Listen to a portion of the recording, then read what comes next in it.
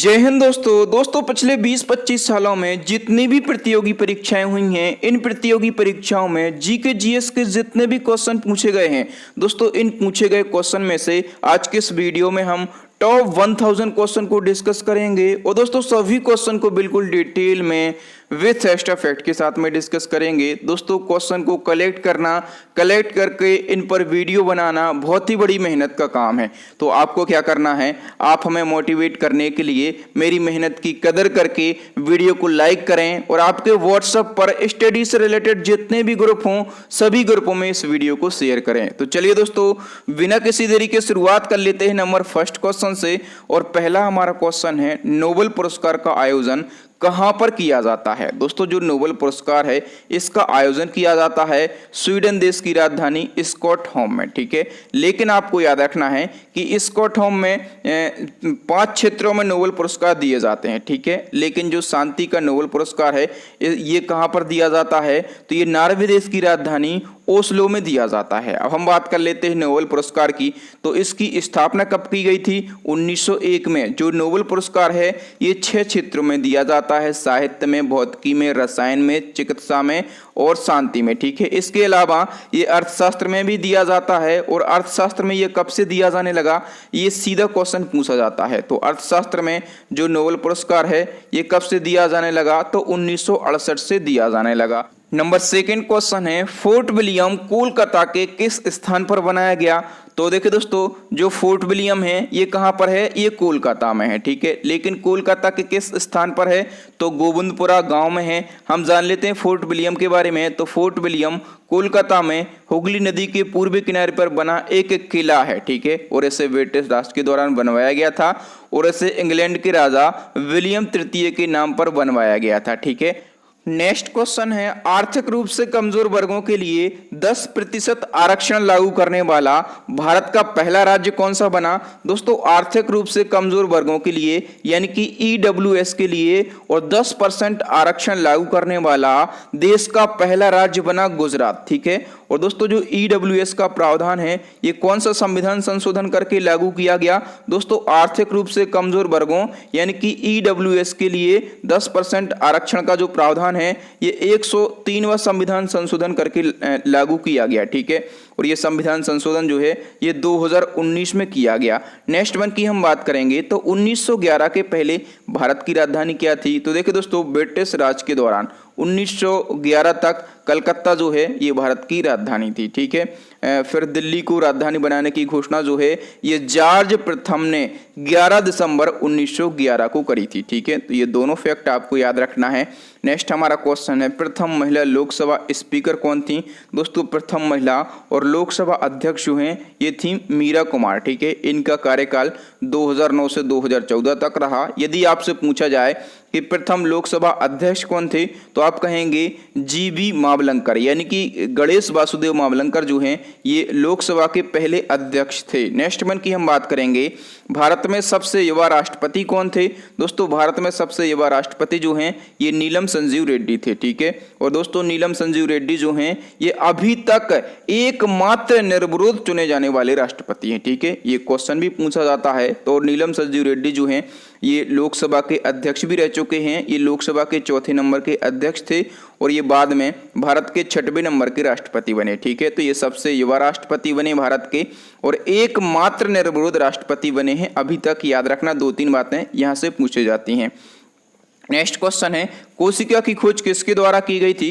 दोस्तों कोशिका की सेल जो है ये रॉबर्ट हुक के द्वारा करी गई थी और 1965 में करी गई थी। 3-4 क्वेश्चन यहाँ से पूछे जाते हैं कि कोशिका के अध्ययन को क्या कहा जाता है, तो साइटोलॉजी कहा जाता है। और कोशिका को जीवन की मूलभूत इकाई भी कहा जाता है, ठीक है। और कोशिका सिद्धांत किसने दिया था, ये क्वेश्चन भी पूछा जाता है। तो स्लाइडेन एवं स्वान नामक वैज्ञानिकों ने कोशिका सिद्धांत दिया था। नेक्स्ट हमारा क्वेश्चन है, शरिया कानून किस धर्म से संबंधित है। अभी एनटीपीसी के एग्जाम में ये पूछा गया था। तो शरिया कानून जो है ये इस्लाम धर्म से संबंधित है। नेक्स्ट क्वेश्चन है, सिटी ऑफ सैफ्रॉन किस शहर को कहा जाता है। तो दोस्तों सिटी ऑफ सैफ्रॉन जो है ये जम्मू कश्मीर शहर को कहा जाता है। नेक्स्ट हमारा क्वेश्चन है, बाघा बॉर्डर कहाँ पर स्थित है। मोस्ट इंपोर्टेंट क्वेश्चन है। तो बाघा बॉर्डर जो है ये अमृतसर में स्थित है। नेक्स्ट क्वेश्चन है सामान्य आंख के लिए स्पष्ट दृष्टि की न्यूनतम दूरी क्या होती है। ये क्वेश्चन भी मोस्ट इंपोर्टेंट क्वेश्चन है दोस्तों। सामान्य आंख के लिए और स्पष्ट दृष्टि की जो न्यूनतम दूरी है ये 25 सेंटीमीटर होती है, ठीक है। और जिस व्यक्ति में ये दूरी 25 सेंटीमीटर से अधिक होती है उसे दूरदृष्टि यानी कि हाइपरमेट्रोपिया रोग उसमें पाया जाता है, ठीक है। अच्छा, ये जो दूरदृष्टि दोष या फिर हाइपरमेट्रोपिया है, इसके उपचार के लिए क्या करते हैं, तो इसमें उत्तल लेंस का प्रयोग किया जाता है, ठीक है। और जिस व्यक्ति में ये दूरी 25 सेंटीमीटर से कम होती है उसमें कौन सा रोग पाया जाता है, तो उसमें निकट दृष्टि दोष पाया जाता है। और निकट दृष्टि दोष को मायोपिया कहा जाता है, ठीक है। और इस दोष में क्या किया जाता है, इसके उपचार के लिए तो अवतल लेंस का प्रयोग किया जाता है। ये सारे के सारे फैक्ट जो हैं ये क्वेश्चन के फॉर्मेट में आपके एग्जाम में पूछे जाते हैं, ठीक है। आंखों से जुड़े सारे क्वेश्चन जो बनते हैं उनको हम डिस्कस करेंगे। तो पलकें धोने के लिए कौन सा अम्ल प्रयोग किया जाता है, जो हमारी आईलैश होती हैं उनको वॉश करने के लिए बोरिक एसिड का प्रयोग किया जाता है। नेक्स्ट क्वेश्चन है मनुष्य के आंसू में कौन सा एंजाइम होता है। दोस्तों मनुष्य के आंसू में एक एंजाइम होता है लाइसोजाइम, ठीक है। और इससे क्या होता है, तो इससे जीवाणु मर जाते हैं। मनुष्य की आंख कितने मेगापिक्सल की होती है। दोस्तों जो मनुष्य की आंख है ये 776 मेगापिक्सल की होती है, ठीक है। नेक्स्ट वन की हम बात करेंगे तो आंख के किस भाग पर प्रतिबिंब बनता है। दोस्तों आंख के रेटिना पर प्रतिबिंब बनता है। नेक्स्ट क्वेश्चन है नेत्रदान करने में आंख का कौन सा भाग दिया जाता है। दोस्तों जब भी नेत्रदान किया जाता है तो उसमें आंख का कॉर्निया दान किया जाता है, ठीक है। नेक्स्ट हमारा क्वेश्चन है कैमरे का कौन सा भाग आंख की रेटिना की तरह कार्य करता है। दोस्तों जो कैमरा है इसका एक पार्ट होता है फिल्म पार्ट, ठीक है। और ये जो फिल्म पार्ट है ये आंख की रेटिना की तरह काम करता है। जिस तरह आंख की रेटिना पर वस्तु का प्रतिबिंब बनता है ना, उसी प्रकार से कैमरे की फिल्म पर वस्तु का प्रतिबिंब बनता है। जिस प्रकार से आप लोगों ने एक रील सी देखी होगी, यहाँ पर फोटो में देख पा रहे होंगे, ठीक है। ये कहलाता है फिल्म पार्ट। नेक्स्ट वन की हम बात करेंगे तो आंख की रेटिना पर बना प्रतिबिंब कैसा होता है। दोस्तों आंख की रेटिना पर जो प्रतिबिंब बनता है वो वास्तविक और उल्टा होता है। ये क्वेश्चन पूछे ही जाते हैं, ठीक है। और दोस्तों इस प्रकार के यदि आपको और वीडियो देखना है सब्जेक्ट वाइज, जैसे साइंस का, जियोग्राफी का, हिस्ट्री का, इकोनॉमी का, ठीक है, तो यदि आपको सब्जेक्ट वाइज मैराथन क्लास देखना है तो इस वीडियो को लाइक करें। और हम इस वीडियो के लाइक का टारगेट रखते हैं 20,000 लाइक का। यदि इस वीडियो पर 20,000 लाइक आते हैं तो मैं सब्जेक्ट वाइड मैराथन क्लास आप लोगों के लिए लेकर आऊंगा, ठीक है। और आपको वीडियो को लाइक करना है, अपने दोस्तों के साथ में शेयर करना है। और इसी प्रकार की marathon class, current affairs, GK GS के वीडियो देखने के लिए हमारे चैनल को सब्सक्राइब करके बेल आइकन दबा के रखना है। और पुराने वीडियो देखने के लिए जो कि मैं कंटिन्यू अपलोड करता रहता हूं, हमारी प्लेलिस्ट को जरूर विजिट करें, ठीक है। आपको पुराने और इंपॉर्टेंट वीडियो मिल जाएंगे। नेक्स्ट हमारा क्वेश्चन है मनुष्य की एक आंख से कितने डिग्री तक का क्षेत्र देखा जा सकता है। दोस्तों मनुष्य की जो एक आंख होती है, ठीक है, एक आंख होती है, इससे 150 डिग्री तक का क्षेत्र देखा जा सकता है, ठीक है। और दोस्तों यदि हम बात करें कि दोनों आंखों से, तो दोनों आंखों से 180 डिग्री तक का क्षेत्र देखा जा सकता है। नेक्स्ट हमारा क्वेश्चन है मनुष्य की आंख कितने मेगापिक्सल की होती है, तो मैं बता चुका हूं कि 776 मेगापिक्सल की होती है। नेक्स्ट क्वेश्चन है भारत का पहला टीबी मुक्त केंद्र शासित प्रदेश कौन सा बना। दोस्तों भारत का पहला टीबी मुक्त केंद्र शासित प्रदेश या फिर राज्य जो है ये बना लक्षद्वीप। इसी क्रम में क्वेश्चन पूछा जाएगा कि भारत को टीबी फ्री बनाने का लक्ष्य कब तक रखा गया है। ये लक्ष्य वाले क्वेश्चन पूछे जाते हैं। तो 2025 तक भारत को टीबी फ्री बनाने का लक्ष्य रखा गया है। और इसी क्रम में भारत का पहला राज्य या फिर यूटी कौन सा बन गया है टीबी फ्री, तो वो बन गया है लक्षद्वीप। इसी क्रम में नेक्स्ट क्वेश्चन है भारत का पहला रेबीज मुक्त राज्य कौन सा बना है, तो भारत का पहला रेबीज मुक्त राज्य गोवा बना है। नेक्स्ट क्वेश्चन है किसको ईरान का नेपोलियन कहा जाता है। दोस्तों ईरान का नेपोलियन जो है ये नादिर शाह को कहा जाता है। नेक्स्ट क्वेश्चन है विश्व महिला दिवस कब मनाया जाता है। दोस्तों विश्व महिला दिवस मनाया जाता है 8 मार्च को, ठीक है। हम बात करें कि राष्ट्रीय महिला दिवस कब मनाया जाता है इसी क्रम में, तो राष्ट्रीय महिला दिवस 13 फरवरी को और विश्व महिला दिवस 8 मार्च को, ठीक है। और जो राष्ट्रीय महिला दिवस 13 फरवरी को मनाया जाता है ये भारतीय राष्ट्रीय कांग्रेस की पहली भारतीय महिला अध्यक्ष सरोजिनी नायडू के जन्म दिवस के उपलक्ष्य पर मनाया जाता है, ठीक है। सरोजिनी नायडू याद रखना ये कांग्रेस की पहली भारतीय महिला अध्यक्ष थी। नेक्स्ट क्वेश्चन है आमाशय में कौन सा अम्ल होता है? तो दोस्तों आमाशय में हाइड्रोक्लोरिक एसिड होता है। नेक्स्ट हमारा क्वेश्चन है जल में घुलनशील विटामिन कौन कौन से होते हैं? दोस्तों जल में घुलनशील विटामिन जो हैं ये होते हैं BC, ठीक है। हम ऐसा कह सकते हैं गई भैंस पानी में, ठीक है, भैंस मतलब BC, ठीक है, और पानी में तो ये BC जो है ये जल में घुलनशील विटामिन होते हैं। इसी क्रम में इसके अपोजिट क्वेश्चन पूछा जाता है कि वसा में घुलनशील विटामिन कौन कौन से होते हैं? दोस्तों वसा में घुलनशील विटामिन जो हैं ये होते हैं KEDA, ठीक है। तो हम इसको क्या पढ़ सकते हैं? हम इसको कीड़ा पढ़ सकते हैं, ठीक है। तो वसा में कीड़ा जो है ये यदि वसा जो है ये फैट पुराना हो जाए तो उसमें कीड़ा लग जाते हैं, ठीक है। और भैंस कहाँ पर जाती है? पानी में। कोई ना कोई लॉजिक आपको लगाना पड़ेगा तभी ये चीज़ें आपको लंबे समय तक याद रहेंगी। नेक्स्ट हमारा क्वेश्चन है DNA का डबल हेलिक्स मॉडल किसने प्रतिपादित किया? दोस्तों DNA का डबल हेलिक्स मॉडल जो है ये वॉटसन एवं क्रिक्स ने प्रतिपादित किया। नेक्स्ट हमारा क्वेश्चन है नींबू का pH मान कितना होता है? दोस्तों नींबू का pH मान जो है ये 2.4 होता है। नेक्स्ट क्वेश्चन है जादूगोड़ा की खदान किसकी खदान है? दोस्तों जो जादूगोड़ा की खदान है ना ये यूरेनियम की खदान है। किसकी खदान है? ये यूरेनियम की खदान है। और दोस्तों जादूगोड़ा की खदान जो है ये कहाँ पर है? तो ये झारखंड के सिंहभूमि जिले में स्थित है। इस खदान में जहरीले पदार्थ जो हैं ये लीक होते रहते हैं, ठीक है। इसलिए खदान जो है जादूगोड़ा की खदान ये चर्चाओं में बनी रहती है, ठीक है। और बात यहाँ पर हुई है यूरेनियम की, तो यूरेनियम जो है इसको मेटल ऑफ होप यानी कि आशा की धातु कहा जाता है। ये क्वेश्चन भी कई बार एग्जाम में पूछा गया क्वेश्चन है। नेक्स्ट हमारा क्वेश्चन है लाल बहादुर शास्त्री की समाधि का नाम क्या है?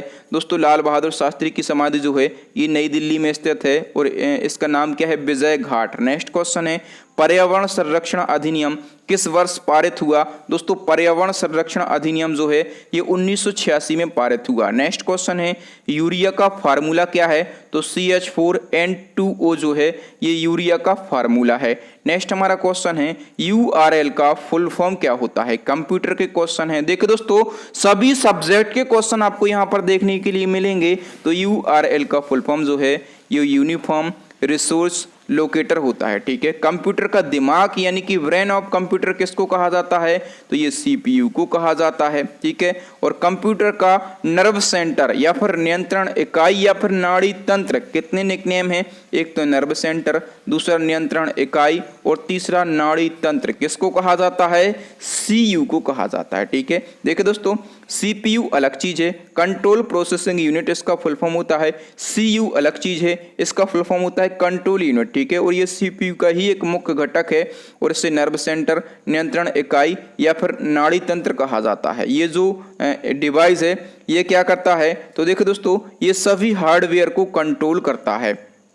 नेक्स्ट हमारा क्वेश्चन है एशिया का सबसे बड़ा मरुस्थल कौन सा है? दोस्तों एशिया का सबसे बड़ा मरुस्थल जो है ये है गोबी मरुस्थल, ठीक है। एशिया का सबसे बड़ा मरुस्थल गोबी मरुस्थल है और गोबी मरुस्थल जो है यह एक ठंडा मरुस्थल है जिसका अधिकांश भाग मंगोलिया देश में स्थित है, ठीक है। पूछा जाता है गोबी मरुस्थल का अधिकांश भाग किस देश में स्थित है? तो मंगोलिया देश में स्थित है। भारत का सबसे बड़ा मरुस्थल की बात कर लेते हैं तो थार का मरुस्थल है, ठीक है। नेक्स्ट क्वेश्चन है दस्त-ए-मांगो जिसे मृत्यु का रेगिस्तान कहा जाता है ये किस देश में स्थित है? दोस्तों दस्त-ए-मांगो जिसको मृत्यु का रेगिस्तान कहा जाता है ये अफगानिस्तान देश में स्थित है। नेक्स्ट क्वेश्चन है गिब्सन मरुस्थल किस देश में स्थित है? दोस्तों गिब्सन मरुस्थल जो है ये ऑस्ट्रेलिया देश में है। और नेक्स्ट क्वेश्चन है सानुरन मरुस्थल किस या फिर किन देश में स्थित है? दोस्तों सानुरन मरुस्थल जो है इसका कुछ एरिया USA में है और कुछ एरिया मैक्सिको में है। नेक्स्ट हमारा क्वेश्चन है दस्त-ए-लुट मरुस्थल किस देश में स्थित है? दोस्तों दस्त-ए-लुट मरुस्थल जो है ये ईरान देश में है। नेक्स्ट हमारा क्वेश्चन है गोबी मरुस्थल का अधिकांश भाग किस देश में स्थित है? तो मैं आपको बता चुका हूं कि मंगोलिया देश में स्थित है। पोंटागोनिया किस प्रकार का मरुस्थल है? दोस्तों पोंटागोनिया जो है यह एक शीतोष्ण मरुस्थल है, ठीक है। और ये कहाँ पर स्थित है? तो ये साउथ अमेरिका में और एंडीज पर्वत श्रृंखला के पूर्वी भाग में स्थित है। नेक्स्ट क्वेश्चन है राजस्थान के कुल क्षेत्रफल का कितने प्रतिशत थार मरुस्थल में स्थित है? तो देखो दोस्तों राजस्थान का जो टोटल क्षेत्रफल है, ठीक है, तो टोटल क्षेत्रफल का 60% हिस्सा जो है ये थार के मरुस्थल में स्थित है, ठीक है। थार जो है, थार मरुस्थल जो है ये भारत का सबसे बड़ा मरुस्थल है। ठीक है, कहाँ पर स्थित है? तो ये राजस्थान में स्थित है और राजस्थान के कुल क्षेत्रफल के 60% हिस्से में ये स्थित है। ठीक है, थार मरुस्थल जो है ये भारत के उत्तर पश्चिम में स्थित है। ठीक है, ये स्थिति भी पूछ ली जाती है कि भारत के कहाँ पर स्थित है, तो थार मरुस्थल जो है ये भारत के उत्तर पश्चिम में स्थित है। ठीक है, इसका सबसे ज़्यादा भाग जो है ये राजस्थान राज्य में है। ठीक है, परंतु कुछ हिस्सा जो है हरियाणा, गुजरात, पंजाब और पाकिस्तान के सिंध प्रांतों में भी फैला हुआ है। नेक्स्ट हमारा क्वेश्चन है, संसार का सर्वाधिक जनघनत्व वाला मरुस्थल कौन सा है? तो मरुस्थल से जितने भी क्वेश्चन पूछे जाते हैं सभी को हम यहाँ पर देख रहे हैं। तो संसार का सर्वाधिक जनघनत्व वाला मरुस्थल जो है ये है थार का मरुस्थल। ठीक है, स्थित है राजस्थान में और थार का मरुस्थल जो है यहाँ का जनघनत्व कितना है? तो 83 व्यक्ति प्रति वर्ग किलोमीटर जो है यहाँ का जनघनत्व है। नेक्स्ट हमारा क्वेश्चन है, संसार का सबसे बड़ा मरुस्थल कौन सा है? तो सबसे बड़ा मरुस्थल जो है ये है सहारा मरुस्थल। ठीक है, नेक्स्ट क्वेश्चन है, परमार वंश का संस्थापक कौन था? दोस्तों परमार वंश का संस्थापक जो है ये है उपेंद्र राज। नेक्स्ट क्वेश्चन है, कविराज की उपाधि से विभूषित शासक कौन थे? दोस्तों कविराज की उपाधि से विभूषित शासक जो हैं ये राजा भोज थे। नेक्स्ट क्वेश्चन है, किस परमार वंश के शासक ने अपनी राजधानी धार में सरस्वती मंदिर का निर्माण करवाया था? दोस्तों सरस्वती मंदिर का निर्माण अपनी राजधानी धार में परमार शासक थे राजा भोज, तो इन्होंने करवाया था। नेक्स्ट क्वेश्चन है, पृथ्वीराज आर्किटेक्चर पुरस्कार पाने वाले पहले भारतीय का नाम क्या है? दोस्तों उनका नाम है बालकृष्ण दोषी। नेक्स्ट वन की हम बात कर लेते हैं, किस पुरस्कार को आर्किटेक्चर का नोबेल कहा जाता है? तो दोस्तों जो पृथ्वीराज पुरस्कार है इसको आर्किटेक्चर का नोबेल पुरस्कार कहा जाता है। ठीक है, और ये आर्किटेक्चर में दिया जाने वाला सबसे बड़ा पुरस्कार माना जाता है। इस पुरस्कार को आर्किटेक्चर का नोबेल पुरस्कार कहा जाता है। इसके तहत में जो विजेता है उसको $1,00,000 की राशि प्रदान की जाती है और इस पुरस्कार की स्थापना 1979 में की गई थी और भारत के फेमस आर्किटेक्चर हैं बालकृष्ण दोषी, इनको 2018 में ये पुरस्कार दिया गया था। ठीक है, और बालकृष्ण दोषी ये पुरस्कार पाने वाले पहले भारतीय बने थे। नेक्स्ट क्वेश्चन है, ज्ञानपीठ पुरस्कार की स्थापना कब हुई थी? दोस्तों ज्ञानपीठ पुरस्कार की स्थापना हुई थी 1961 में और ये पुरस्कार भारत का सर्वोच्च साहित्यिक सम्मान है जो साहित्य में उत्कृष्ट योगदान करने वाले लेखकों को दिया जाता है। नेक्स्ट क्वेश्चन है, पहली बार ज्ञानपीठ पुरस्कार किसको दिया गया था? तो पहली बार ज्ञानपीठ पुरस्कार जो है ये जी शंकर कुरूप को दिया गया था। ठीक है, और जी शंकर कुरूप जो हैं यह एक मलयालम लेखक हैं, इनको 1965 में पहला ज्ञानपीठ पुरस्कार दिया गया था। ज्ञानपीठ पुरस्कार पाने वाली पहली महिला कौन है? तो ज्ञानपीठ पुरस्कार पाने वाली पहली महिला जो हैं ये है आशा पूर्णा देवी और यह एक बंगाली लेखिका है। नेक्स्ट क्वेश्चन है, 1968 में किसको हिंदी भाषा में पहली बार ज्ञानपीठ पुरस्कार दिया गया था? ये सारे क्वेश्चन पूछे जाते हैं। ठीक है, तो पहली बार हिंदी भाषा में ज्ञानपीठ पुरस्कार जो है ये सुमित्रा नंदन पंत को दिया गया था। अंग्रेजी भाषा में और 2018 में सबसे पहले ज्ञानपीठ पुरस्कार किसको दिया गया? तो अमिताभ घोष को अंग्रेजी भाषा में और 2018 में पहली बार ज्ञानपीठ पुरस्कार दिया गया। नेक्स्ट हमारा क्वेश्चन है, किस अवार्ड को पर्यावरण के क्षेत्र का ग्रीन ऑस्कर अवार्ड कहा जाता है? दोस्तों जो बीटली अवार्ड है इसको पर्यावरण के क्षेत्र का ग्रीन ऑस्कर अवार्ड कहा जाता है। ठीक है, नेक्स्ट क्वेश्चन है, किस पुरस्कार को खाद्य और कृषि क्षेत्र का नोबेल पुरस्कार कहा जाता है? दोस्तों जो विश्व खाद्य पुरस्कार है इसको खाद्य और कृषि क्षेत्र का नोबेल पुरस्कार कहा जाता है। इसी क्रम में नेक्स्ट क्वेश्चन है, विश्व खाद्य पुरस्कार की शुरुआत किसके द्वारा करी गई थी?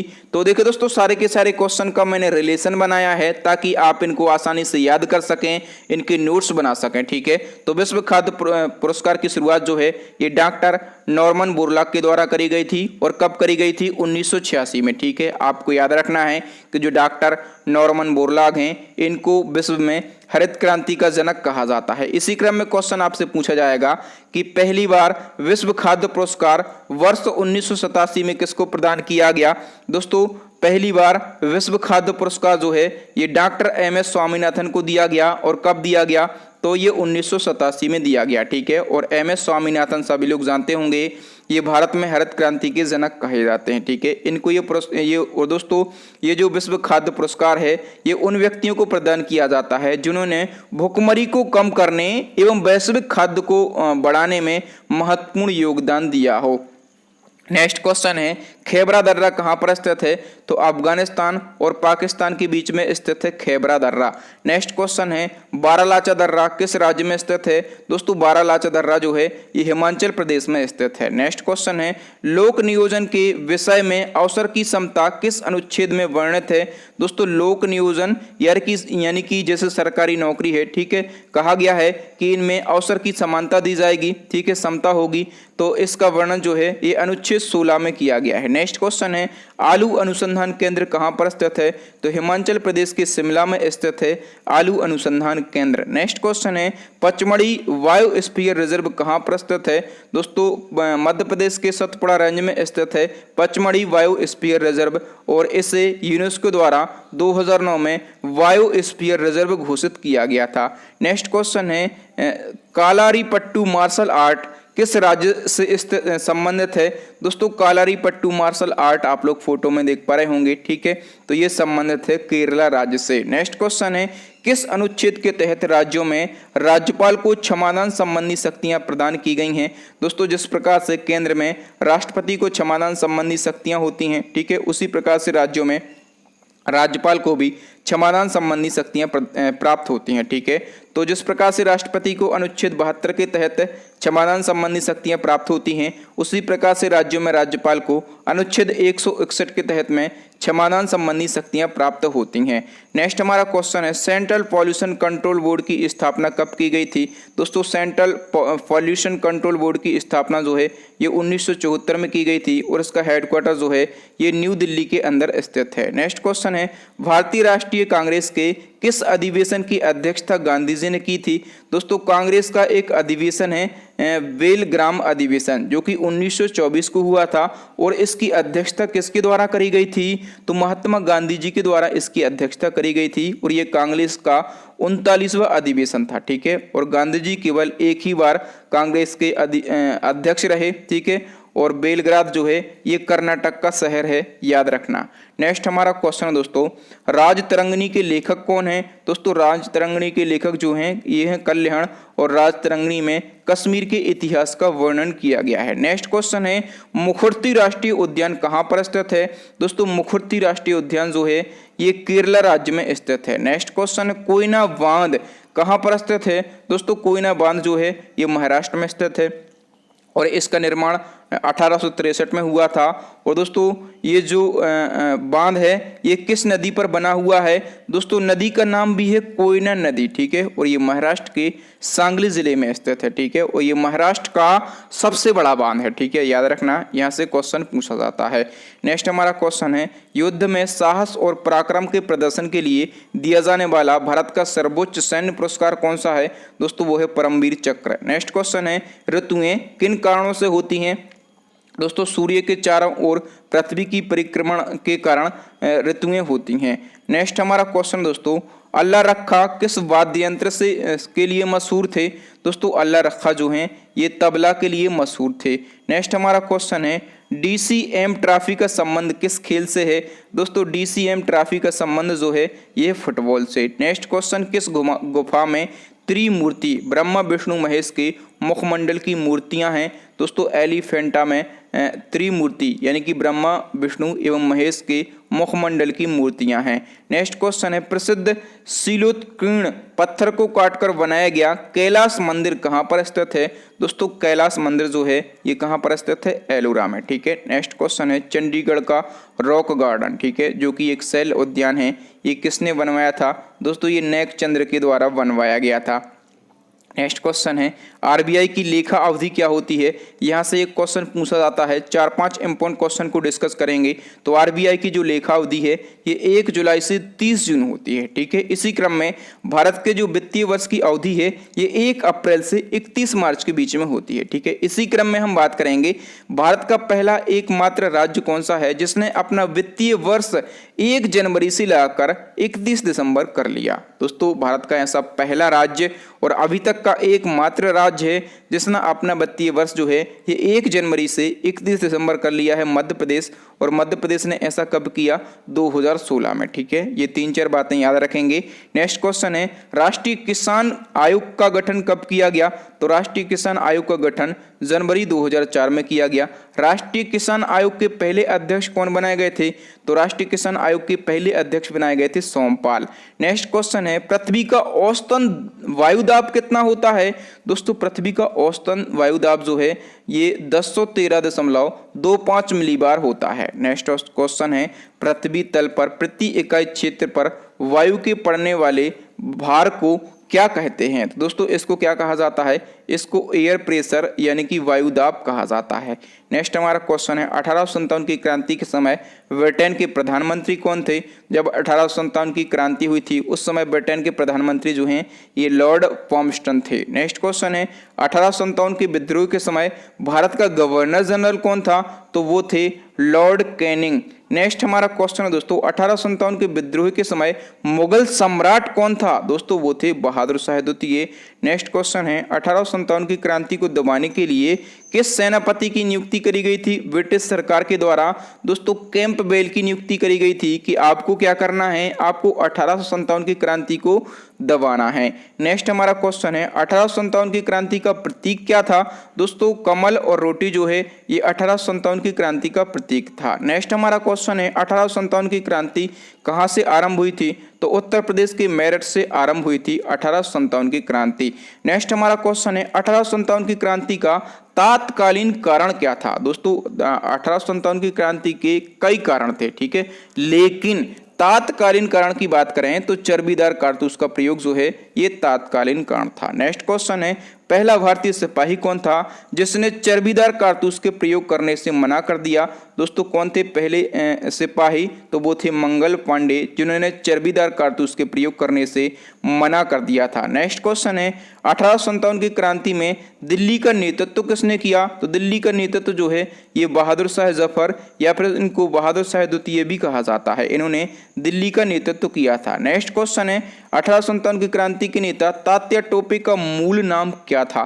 तात्या टोपे का मूल नाम था रामचंद्र पांडुरंग और तात्या टोपे ने कानपुर में नाना साहेब का सहयोग किया। नेक्स्ट क्वेश्चन है, रानी लक्ष्मीबाई को अंतिम युद्ध में किससे सामना करना पड़ा था? दोस्तों रानी लक्ष्मीबाई को अंतिम युद्ध में हीरोज का सामना करना पड़ा था। नेक्स्ट क्वेश्चन है, ब्रिटिश सैन्य अधिकारी हीरोज का कथन भारतीय क्रांतिकारियों में यह अकेली मर्द हैं, ये किसके लिए था? दोस्तों हीरोज का एक कथन था, ये पूछा जाता है कि भारतीय क्रांतिकारियों में यह अकेली मर्द हैं, ये लक्ष्मीबाई के लिए कथन दिया था हीरोज ने। नेक्स्ट क्वेश्चन है, रूस देश की संसद का नाम क्या है? तो ड्यूमा जो है ये रूस देश की संसद का नाम है। स्पेन जो है स्पेन देश की संसद का नाम है कार्टेस। और यदि हम बात करें कि ब्रिटेन देश की संसद का नाम क्या है तो पार्लियामेंट है। जर्मनी देश की संसद का नाम जो है ये बुंडसटैग है। और हम बात करें कि मंगोलिया देश की संसद का नाम क्या है तो खुरल है। और ईरान देश की संसद का नाम क्या है तो मजलिस है। ताइवान देश की संसद का नाम क्या है युआन है। और लुइस ब्रेल दिवस कब मनाया जाता है? दोस्तों लुइस ब्रेल दिवस जो है इस 4 जनवरी को मनाया जाता है, ठीक है। और लुइस ब्रेल दिवस जो है ये किसके जन्म दिवस के उपलक्ष्य पर मनाया जाता है? तो ब्रेल लिपि के आविष्कार थे सर लुइस ब्रेल, ठीक है, ये फ्रांस के थे और इनके जन्म दिवस के उपलक्ष्य पर ही लुइस ब्रेल दिवस मनाया जाता है, ठीक है। ये क्वेश्चन पूछे जाते हैं। पहली बार विश्व ब्रेल दिवस कब मनाया गया था? दोस्तों ये 4 जनवरी 2019 को मनाया गया था पहली बार, ठीक है। नेक्स्ट वन की हम बात कर लेते हैं। भारत में पहली बार आईआईटी की स्थापना कहाँ पर की गई थी? दोस्तों भारत में पहली बार आईआईटी की स्थापना जो है ये 1950 में और कहाँ पर करी गई थी? खड़गपुर में। नेक्स्ट क्वेश्चन है, भारत का विश्व में और क्षेत्रफल की दृष्टि से कौन सा स्थान है? तो भारत का वर्ल्ड में क्षेत्रफल की दृष्टि से स्थान है 7वां, ठीक है। और भारत का क्षेत्रफल है कितना? तो भारत का क्षेत्रफल जो है ये 8287 वर्ग किलोमीटर है, ठीक है। और भारत का क्षेत्रफल जो है ये संसार के क्षेत्रफल का कितने परसेंट है? यदि परसेंट पूछा जाए तो 2.42% है। इसी क्रम में नेक्स्ट क्वेश्चन है, भारत का विश्व में जनसंख्या की दृष्टि से कौन सा स्थान है? तो जनसंख्या की दृष्टि से स्थान है 2, ठीक है। और भारत में संपूर्ण विश्व का लगभग 17.5% जनसंख्या निवास करती है, ठीक है। तो परसेंट में पूछा जाए तो 17.5% जनसंख्या जो है ये पूरे वर्ल्ड का भारत में ही निवास करती है। नेक्स्ट क्वेश्चन है, कर्क रेखा भारत के कितने राज्यों से होकर गुजरती है? तो कर्क रेखा जो है ये भारत के 8 राज्यों से होकर गुजरती है, ठीक है। 8 राज्यों की मैंने यहाँ पर ट्रिक भी लिख दी है, ठीक है। तो यदि आप चाहें तो इनको नोट डाउन भी कर सकते हैं, इन 8 राज्यों को।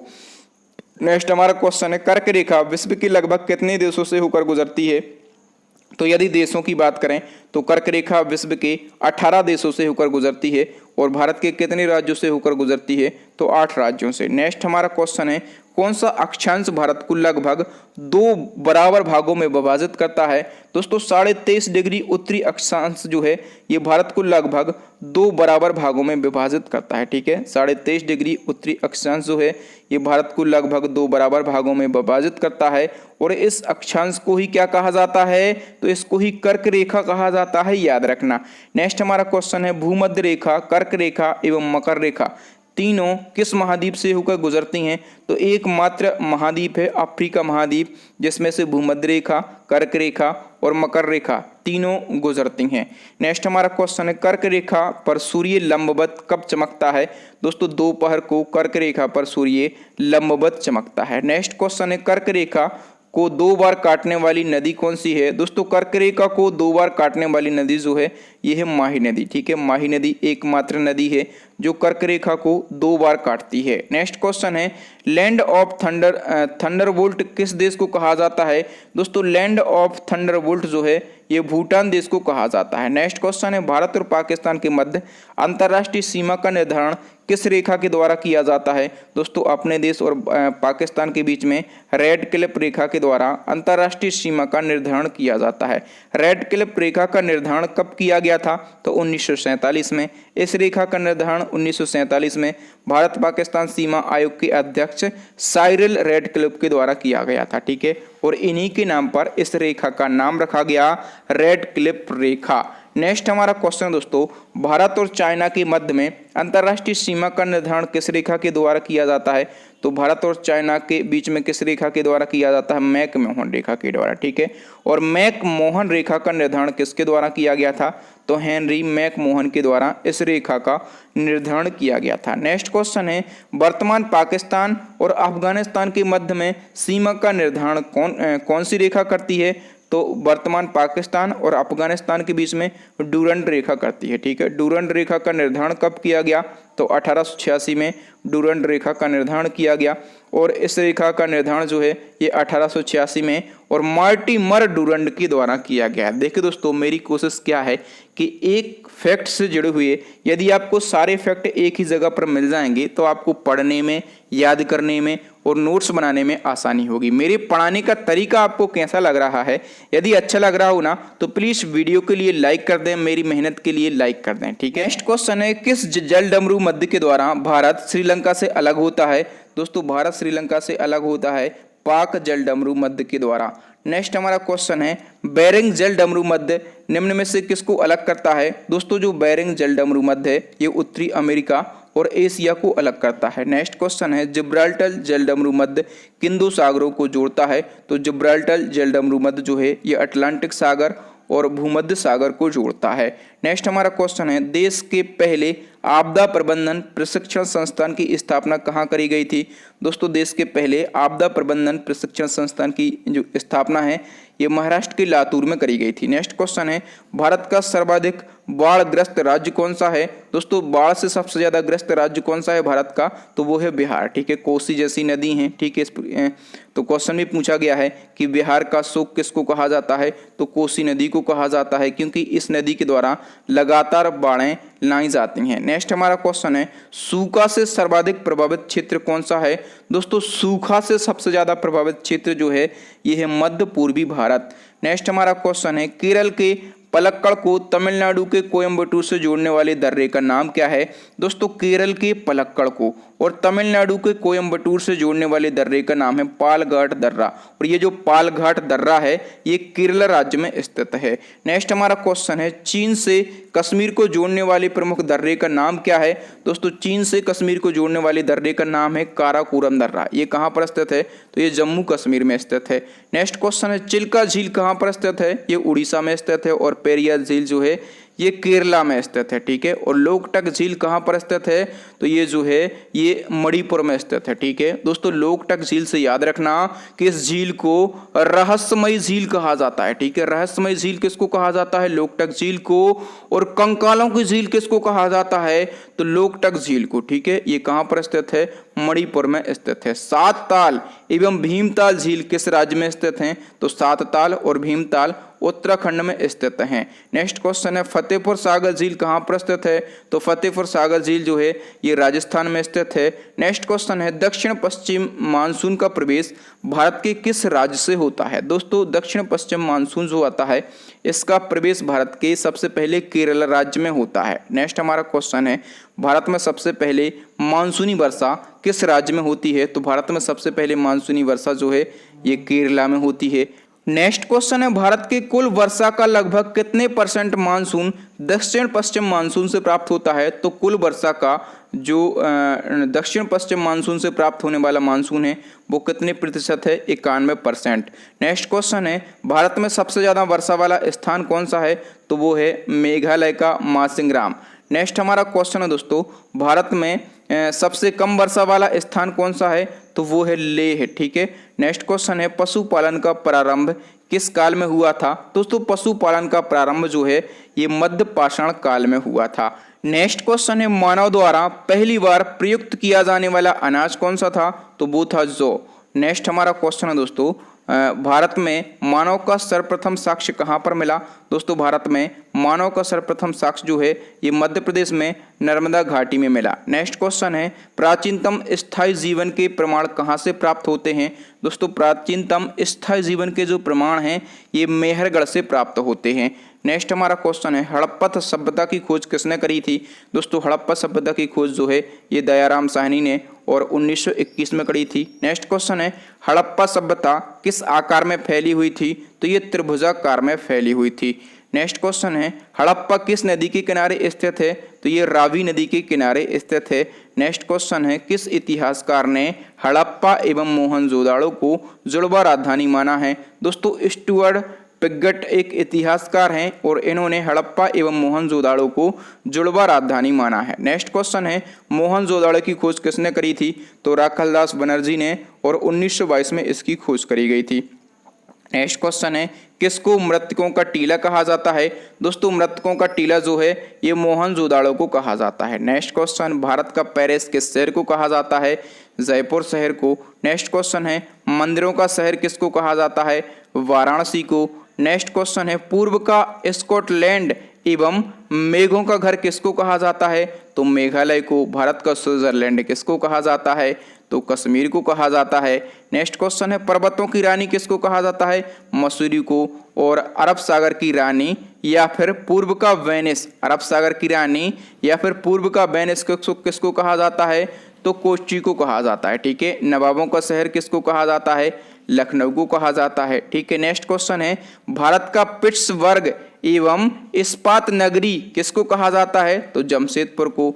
महलों का शहर किसको कहा जाता है? तो कोलकाता को कहा जाता है, ठीक है। नेक्स्ट क्वेश्चन है महमूद गजनबी के साथ भारत आने वाला प्रसिद्ध इतिहासकार कौन था?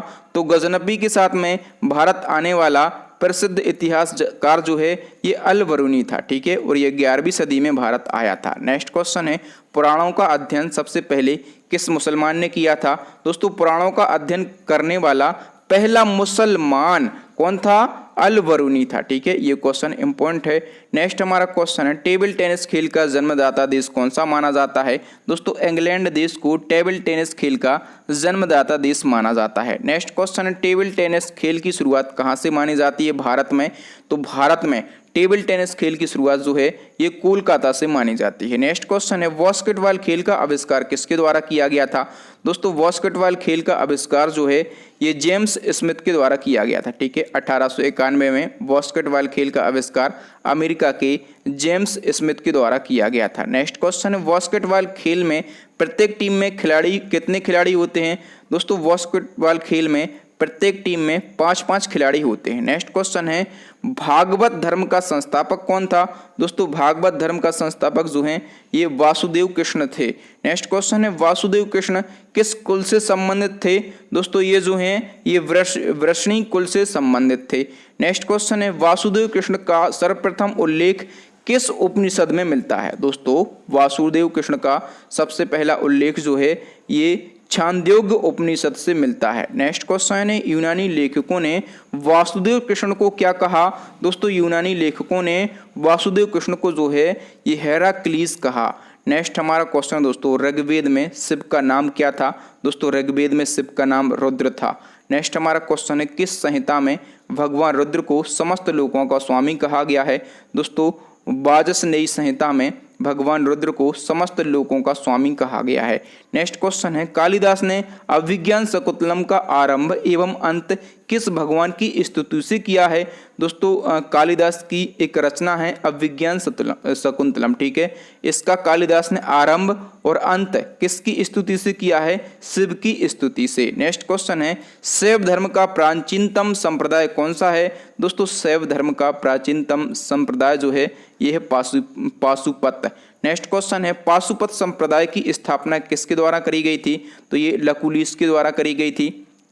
नेक्स्ट क्वेश्चन है, शैव धर्म के उपसकों को क्या कहा जाता है? दोस्तों शैव धर्म के उपसकों को जो है ये नयनार कहा जाता है। इसी क्रम में वैष्णव धर्म के संतों को क्या कहा जाता है? तो वैष्णव धर्म के संतों को आलवर कहा जाता है। नेक्स्ट क्वेश्चन है, भागवत धर्म में किसकी पूजा होती है? तो भागवत धर्म में श्री कृष्ण की पूजा होती है। नेक्स्ट क्वेश्चन है, भागवत धर्म में भक्ति के रूपों की संख्या कितनी है? तो भागवत धर्म में भक्ति के रूपों की संख्या 9 है। नेक्स्ट क्वेश्चन, उदयन ने सर्वप्रथम किस नगर को अपनी राजधानी बनाया था? तो पाटलिपुत्र को बनाया था। नेक्स्ट क्वेश्चन, पाटलिपुत्र नगर का संस्थापक कौन था? उदयन था। पाटलिपुत्र जो है ये बिहार की राजधानी पटना का पुराना नाम है, ठीक है, याद रखना, क्वेश्चन पूछा जाता है। पटना किस नदी के किनारे बसा हुआ है? तो ये गंगा नदी के किनारे बसा हुआ है। प्राचीन भारत की 16 महाजनपद का उल्लेख किस ग्रंथ से प्राप्त होता है? तो दोस्तों प्राचीन भारत में जो 16 महाजनपद थी इनका उल्लेख जैन धर्म के भगवती सूत्र और बौद्ध धर्म के अंगुत्तर निकाय ग्रंथ से प्राप्त होता है, ठीक है। नेक्स्ट वन की हम बात करें तो टेसियस कौन था? दोस्तों टेसियस जो है ये ईरानी राजवैद्य था, ठीक है। नेक्स्ट क्वेश्चन है, यूनानी लेखकों ने चंद्रगुप्त के लिए कौन सा नाम प्रयोग किया था? दोस्तों यूनानी लेखकों ने चंद्रगुप्त के लिए सेंट्रोकोट्स एवं एंड्रोकोट्स नाम प्रयोग किया था। नेक्स्ट क्वेश्चन है, मौर्य वंश का संस्थापक कौन था? जो चंद्रगुप्त मौर्य था। चंद्रगुप्त मौर्य का प्रधानमंत्री कौन था? तो चाणक्य या फिर इनको कौटिल्य कहा जाता है, ये चंद्रगुप्त के प्रधानमंत्री थे। नेक्स्ट क्वेश्चन है, कौटिल्य या फिर चाणक्य के बचपन का नाम क्या था? तो इनके बचपन का नाम था विष्णुगुप्त, ठीक है। ये सभी क्वेश्चन पूछे जाते हैं, याद रखना और बहुत ही अच्छे से मेरे साथ में इनके नोट्स भी बनाते चलना। नेक्स्ट क्वेश्चन है, अर्थशास्त्र की रचना किसके द्वारा करी गई थी? तो कौटिल्य के द्वारा ही अर्थशास्त्र की रचना करी गई थी। प्रसिद्ध विद्वान चाणक्य द्वारा लिखित पुस्तक अर्थशास्त्र का संबंध किससे है?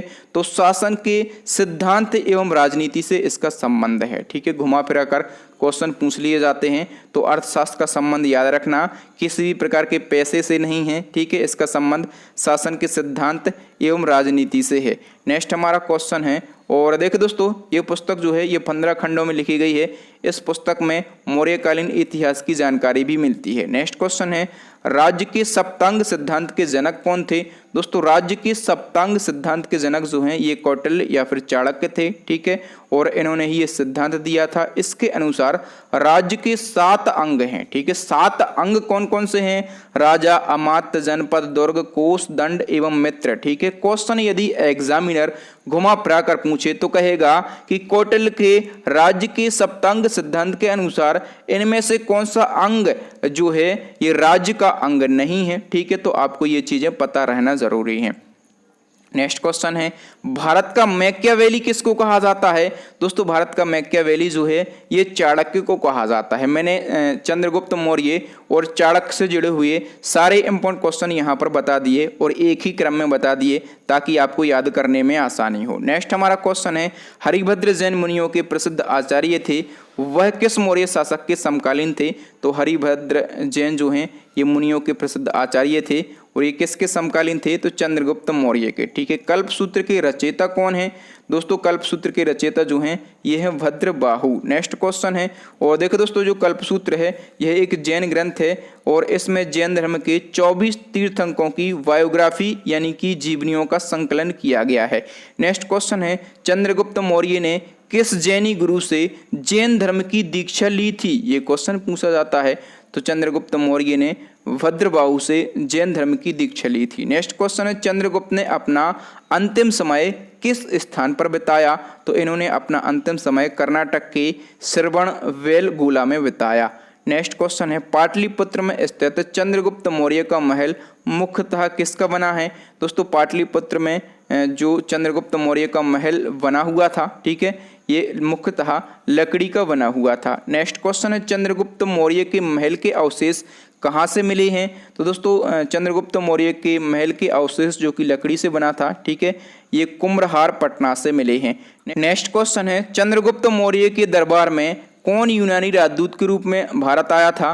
दोस्तों चंद्रगुप्त मौर्य के दरबार में यूनानी राजदूत के रूप में मेगास्थनीज आया था। इंडिका पुस्तक किसके द्वारा लिखी गई? तो ये मेगास्थनीज के द्वारा लिखी गई इंडिका पुस्तक, ये आपके एग्जाम में पूछी जाती है। नेक्स्ट क्वेश्चन है, बिंदुसार का उत्तराधिकारी अशोक महान मगध की राजगद्दी पर कब बैठा? दोस्तों बिंदुसार का उत्तराधिकारी कौन था? अशोक था, ठीक है, और ये मगध की राजगद्दी पर बैठा 269 ईसा पूर्व, ठीक है। नेक्स्ट क्वेश्चन है, अशोक मगध की राजगद्दी पर बैठने से पहले कहाँ का राज्यपाल था? दोस्तों अशोक जो है ये मगध की गद्दी पर बैठने से पहले अवंती का राज्यपाल था। नेक्स्ट क्वेश्चन है, पुराणों में अशोक को क्या कहा गया है? अशोक वर्धन। नेक्स्ट क्वेश्चन है, अशोक ने कलिंग पर आक्रमण कब किया? तो 261 ईसा पूर्व इन्होंने कलिंग पर आक्रमण किया, ठीक है। अशोक ने अपने अभिषेक के 8वें वर्ष लगभग 261 ईसा पूर्व कलिंग पर आक्रमण किया और कलिंग की राजधानी जो है ये तोसली को अपने अधिकार में कर लिया। नेक्स्ट क्वेश्चन है, अशोक ने किस युद्ध के बाद बौद्ध धर्म अपना लिया था? दोस्तों अशोक ने कलिंग युद्ध के बाद में बौद्ध धर्म अपना लिया था। सम्राट अशोक जो है, ठीक है, ये मौर्य वंश का तीसरा शासक था। इसने अपने रक्त रंजित अभियान और कलिंग की विजय के बाद में बौद्ध धर्म ग्रहण कर लिया था। नेक्स्ट क्वेश्चन है, किस बौद्ध भिक्षु ने अशोक को बौद्ध धर्म की दीक्षा दी थी? दोस्तों एक बौद्ध भिक्षु थे उपगुप्त, ठीक है, इन्होंने ही अशोक को बौद्ध धर्म की दीक्षा दी थी। ये क्वेश्चन मोस्ट इंपॉर्टेंट क्वेश्चन है। नेक्स्ट हमारा क्वेश्चन है, अशोक को मस्की शिलालेख और सारनाथ शिलालेख में क्रमशः किस रूप में संदर्भित किया गया है? दोस्तों अशोक को मस्की शिलालेख में कहा गया है बुद्ध शाख, ठीक है, और सारनाथ शिलालेख में क्या कहा गया है? धर्मकोश कहा गया है। नेक्स्ट वन की हम बात करें तो अशोक ने बौद्ध धर्म के प्रचार प्रसार के लिए अपने पुत्र महेंद्र एवं पुत्री संघमित्रा को कहां पर भेजा? तो इन्होंने बौद्ध धर्म प्रचार प्रसार के लिए कहां पर भेजा था? श्रीलंका भेजा था। नेक्स्ट क्वेश्चन है, अशोक के शिलालेख की खोज किसने की थी?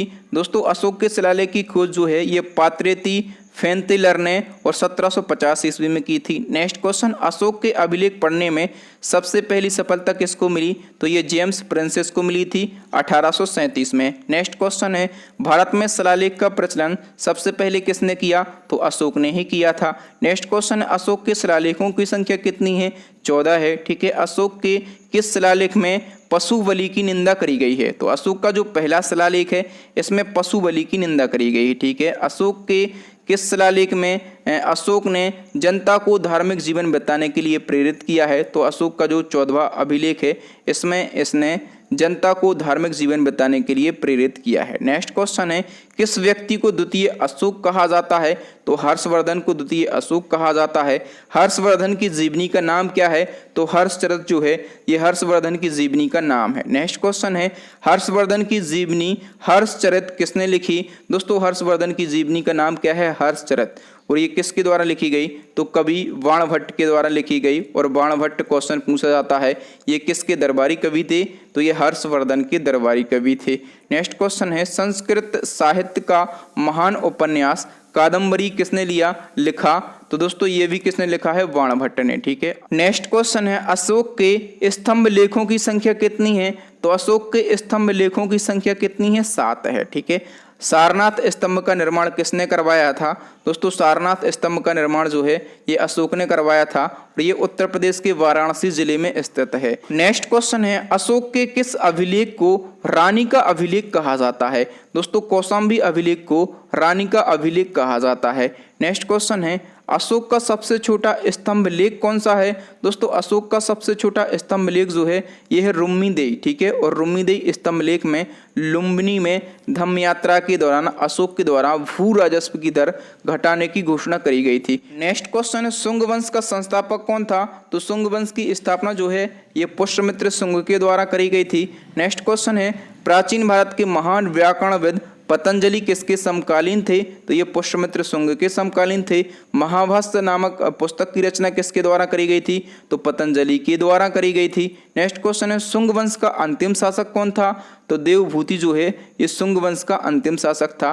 देवभूति की हत्या किसने करी थी? तो वसुदेव ने देवभूति की हत्या करी थी, ठीक है। और वसुदेव सबसे पहले आप याद रखेंगे ये देवभूति का आमत था और वसुदेव ने देवभूति की हत्या करके कण्व वंश की स्थापना करी थी 73 ईसा पूर्व। नेक्स्ट हमारा क्वेश्चन है, कण्व वंश का अंतिम शासक कौन था? हमने देखा कि कण्व वंश की स्थापना किसने करी है? वसुदेव ने करी है, ठीक है। और इसका अंतिम शासक कौन था? तो सुशर्मा था। नेक्स्ट हमारा क्वेश्चन है, प्रमुख भारतीय दर्शन एवं उनके संपादकों के क्रम में न्याय दर्शन के संस्थापक कौन थे? दोस्तों न्याय दर्शन के संस्थापक जो हैं ये हैं महर्षि गौतम, ठीक है। सांख्य दर्शन के संस्थापक कौन है? महर्षि कपिल। और पूर्व मीमांस दर्शन के संस्थापक कौन है? तो महर्षि जैमिनी हैं। यदि हम बात करें कि उत्तर मीमांस दर्शन के संस्थापक कौन है? तो वादरायण हैं। और योग दर्शन के संस्थापक कौन है? तो महर्षि पतंजलि हैं। वैशेषिक दर्शन के संस्थापक जो हैं ये हैं महर्षि कणाद। और यदि हम बात करें कि किस एक्ट के तहत में कलकत्ता में सर्वोच्च न्यायालय का प्रावधान किया गया है?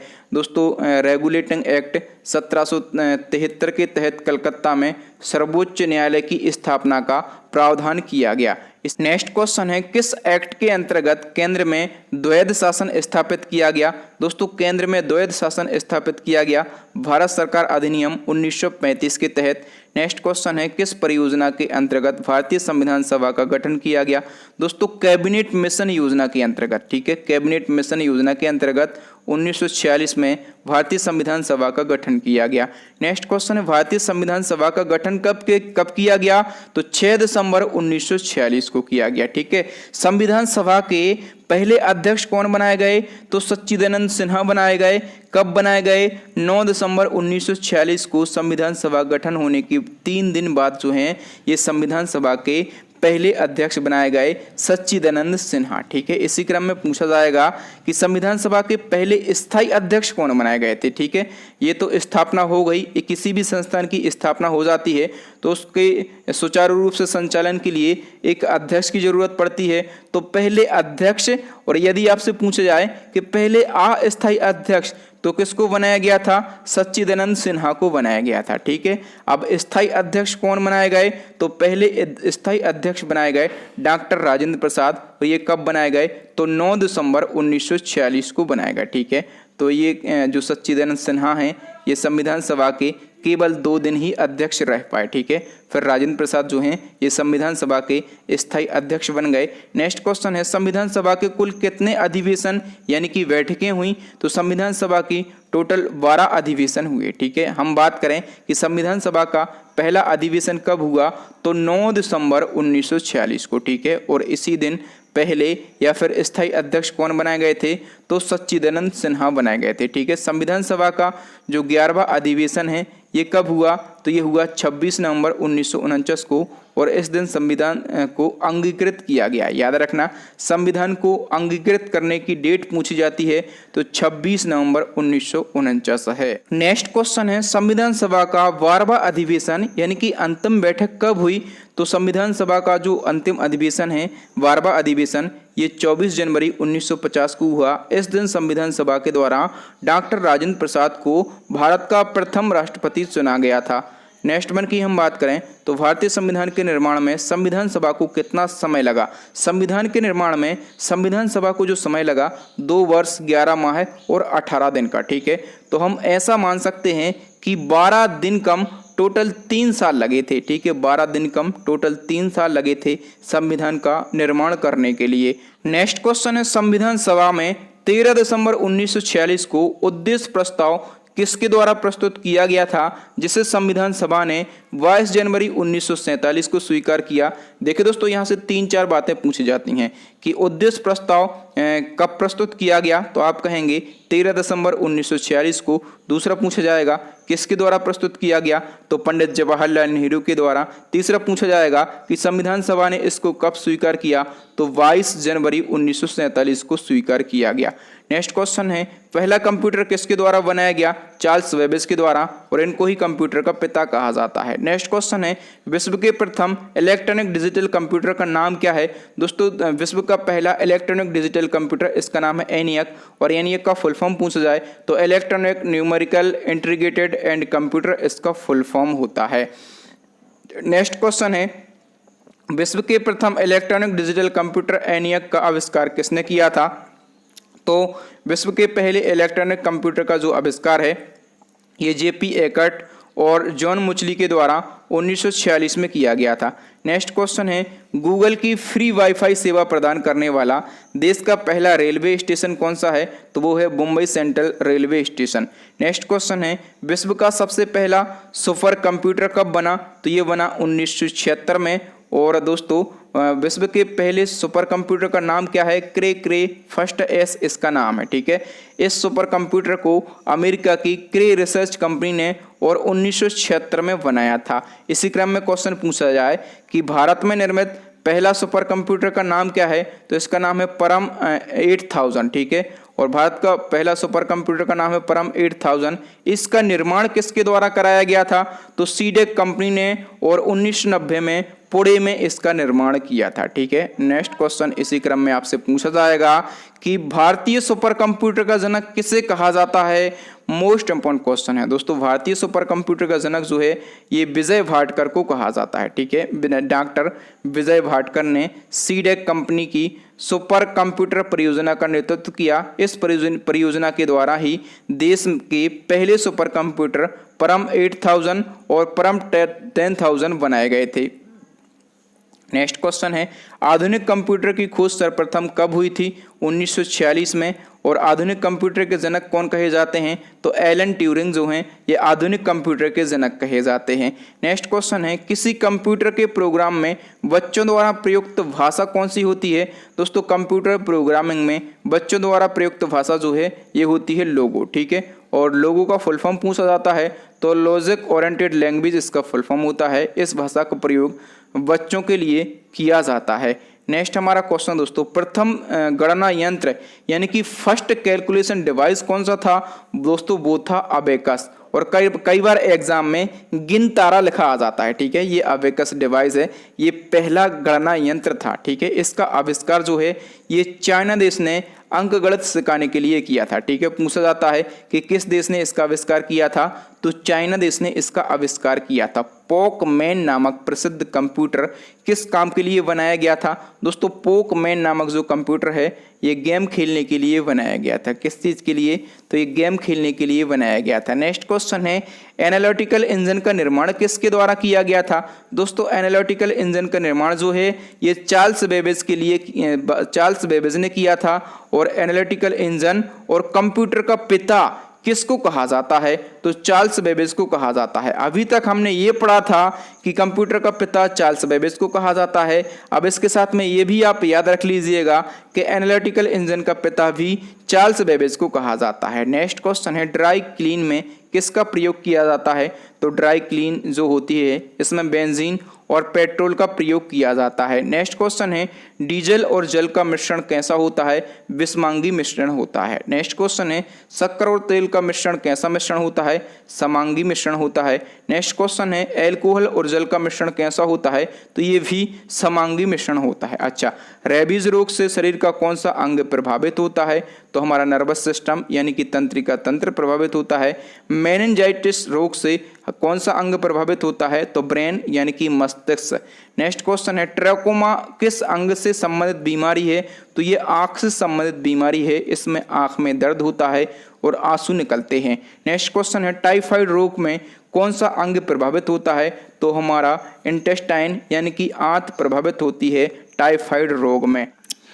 नेक्स्ट क्वेश्चन है गोनोरिया रोग में कौन सा अंग प्रभावित होता है? मूत्र मार्ग। नेक्स्ट क्वेश्चन है अर्थशास्त्र के किस क्षेत्र को औद्योगिक क्षेत्र भी कहा जाता है? तो जो अर्थशास्त्र का द्वितीयक क्षेत्र है इसको औद्योगिक क्षेत्र कहा जाता है।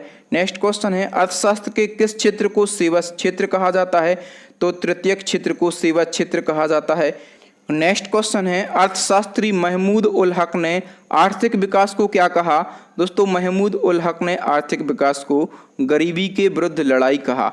नेक्स्ट क्वेश्चन इसी क्रम में किस प्रसिद्ध अर्थशास्त्री ने मानव विकास सूचकांक यानी कि एसडीआई को डेवलप किया?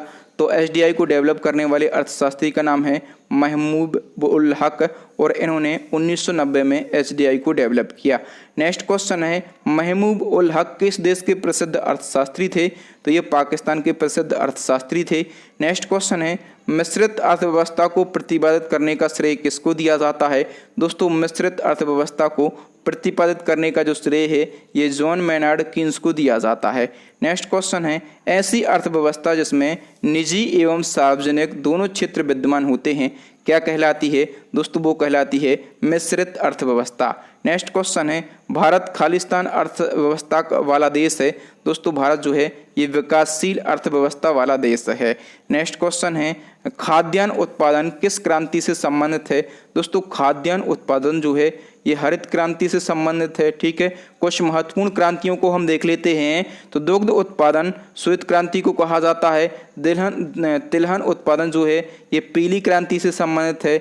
मत्स्य उत्पादन नीली क्रांति से। अंडा और मुर्गी पालन रजत क्रांति से।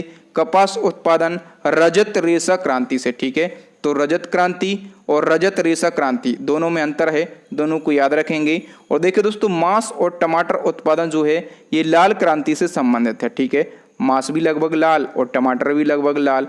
जूट उत्पादन जो है ये स्वर्ण रेशा क्रांति से संबंधित है। फल उत्पादन जो है ये गोल्डन क्रांति से संबंधित है। उर्वरक उत्पादन जो है ये भूरी क्रांति से संबंधित है। और आलू होता है गोल, तो ये गोल क्रांति से संबंधित है। नेक्स्ट क्वेश्चन है प्याज एवं झींग उत्पादन जो है ये गुलाबी क्रांति से संबंधित है।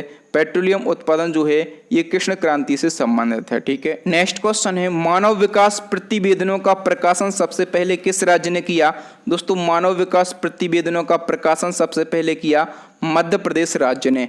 नेक्स्ट क्वेश्चन है भारत का सबसे बड़ा वस्त्र उद्योग का केंद्र जो है ये मुंबई है। और ध्वनि विज्ञान को क्या कहा जाता है? तो एकॉस्टिक्स कहा जाता है।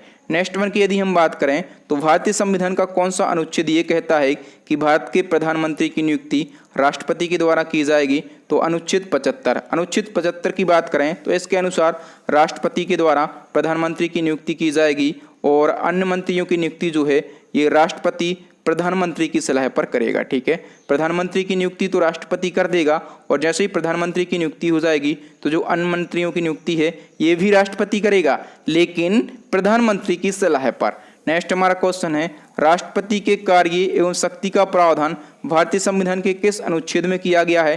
तो राष्ट्रपति के कार्य एवं शक्ति का प्रावधान अनुच्छेद 53 में किया गया है। नेक्स्ट क्वेश्चन है भारतीय संविधान के किस अनुच्छेद में राष्ट्रपति के निर्वाचन के बारे में बताया गया है? राष्ट्रपति के निर्वाचन के बारे में बताया गया है अनुच्छेद 54 में। नेक्स्ट क्वेश्चन है डॉक्टर सर्वपल्ली राधाकृष्णन भारत के कौन से नंबर के राष्ट्रपति थे? तो भारत के पहले राष्ट्रपति जो हैं ये डॉक्टर राजेंद्र प्रसाद थे। इनका कार्यकाल 1950 से 1962 रहा सबसे ज़्यादा। और जो सर्वपल्ली राधाकृष्णन हैं ये भारत के दूसरे नंबर के राष्ट्रपति थे। कौन से नंबर के? दूसरे नंबर के राष्ट्रपति। इनका कार्यकाल 1962 से 1967 रहा। नेक्स्ट क्वेश्चन है किसने कहा था राष्ट्रपति का आपातकालीन अधिकार संविधान के साथ में धोखा है? दोस्तों ये कहा था हृदयनाथ कुंजरू ने। नेक्स्ट क्वेश्चन है किस अनुच्छेद के द्वारा राष्ट्रपति द्वारा राज्यों में राष्ट्रपति शासन लगाया जाता है? दोस्तों राज्यों में राष्ट्रपति शासन जो है राष्ट्रपति के द्वारा लगाया जाता है अनुच्छेद 356 के द्वारा। किस अनुच्छेद के तहत देश में युद्ध या फिर बाह्य आक्रमण की स्थिति में राष्ट्रीय आपातकाल राष्ट्रपति द्वारा लगाया जाता है?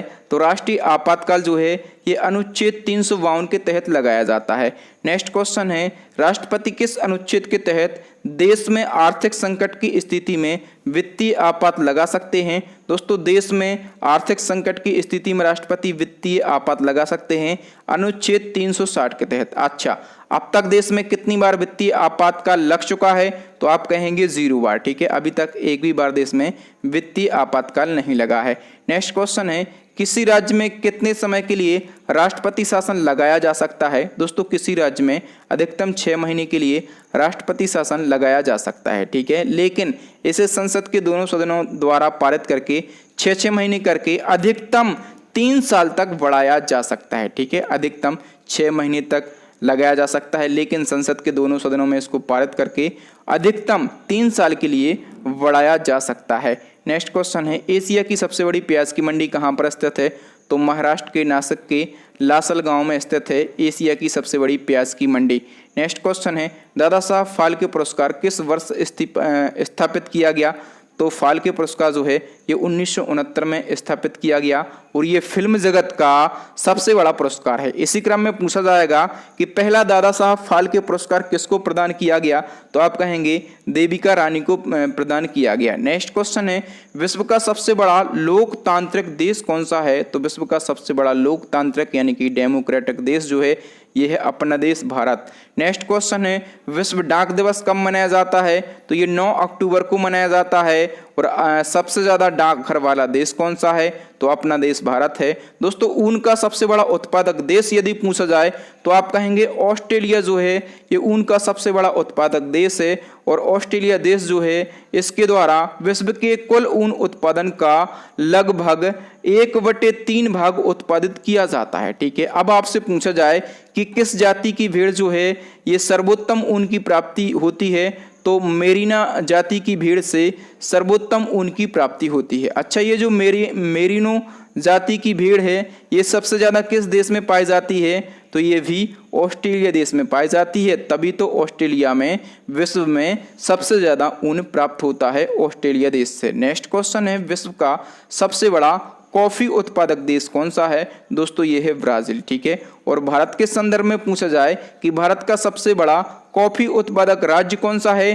तब आप कहेंगे वो है कर्नाटक। नेक्स्ट क्वेश्चन है, यात्रियों की क्षमतानुसार विश्व में कौन सा सबसे बड़ा वायुयान है? दोस्तों ये क्वेश्चन जो है ये अभी एनटीपीसी के एग्जाम में पूछा गया था कि यात्रियों की क्षमतानुसार विश्व का सबसे बड़ा वायुयान कौन सा है? तो एयरबस ये 380 है। नेक्स्ट क्वेश्चन है, उत्तरी गोलार्ध में विश्व का सबसे छोटा दिन कब होता है?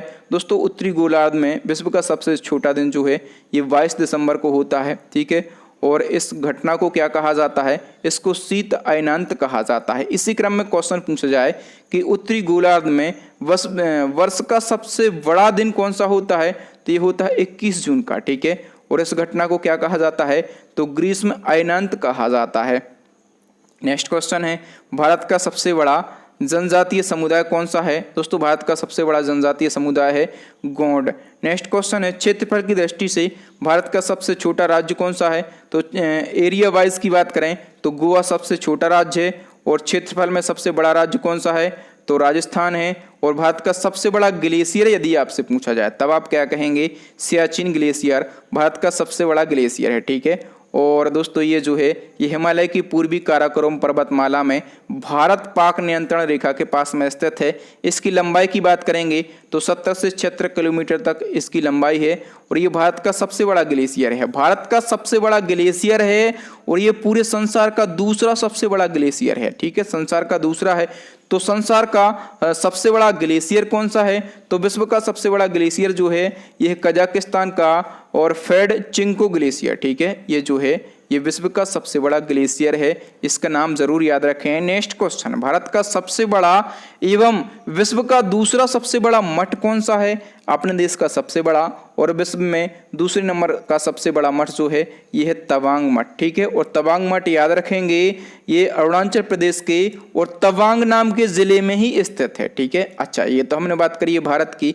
यदि पूछा जाए इसी क्रम में कि किस मठ को गलदे नामगे तहत से कहा जाता है? तो ये तवांग मठ को ही कहा जाता है। और विश्व का सबसे बड़ा मठ यदि पूछा जाए तो आप कहेंगे ल्हासा का पोतला महल जो है ये विश्व का सबसे बड़ा मठ है। नेक्स्ट क्वेश्चन है थोरियम के सबसे बड़े भंडार किस देश में स्थित हैं? दोस्तों थोरियम के और सबसे बड़े भंडार जो हैं ये अपने भारत देश में स्थित हैं। कहाँ पर? भारत देश में हैं। नेक्स्ट वन की हम बात करेंगे तो थोरियम विश्व के कुल उत्पादन का कितने प्रतिशत भारत में होता है? तो वर्ल्ड के टोटल प्रोडक्शन का 25% कहाँ पर होता है? अपने भारत में। थोरियम की बात करें तो इसका सिंबल TH है। इसका परमाणु क्रमांक यानी एटॉमिक नंबर जो है ये 90 होता है। नेक्स्ट क्वेश्चन है 2011 की जनगणना के अनुसार सर्वाधिक जनसंख्या घनत्व वाला राज्य कौन सा है? तो सर्वाधिक जनघनत्व वाला राज्य जो है ये है बिहार। ठीक है।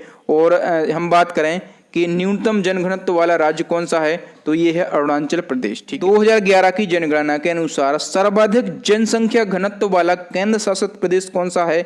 सबसे ज्यादा जनघनत्व वाला यूटी पूछा गया है तो दिल्ली है। और यदि पूछा जाए कि न्यूनतम जनसंख्या घनत्व वाला केंद्र शासित प्रदेश कौन सा है तो आप कहेंगे अंडमान निकोबार है। ठीक है। और दोस्तों अमरूद का सबसे बड़ा उत्पादक देश कौन सा है? ये अपना देश भारत है। और दोस्तों मानव शरीर की सबसे छोटी तथा सबसे बड़ी अस्थि क्रमशः कौन कौन सी हैं? तो सबसे छोटी अस्थि कौन सी है? स्टिपीज। और सबसे बड़ी अस्थि कौन सी है?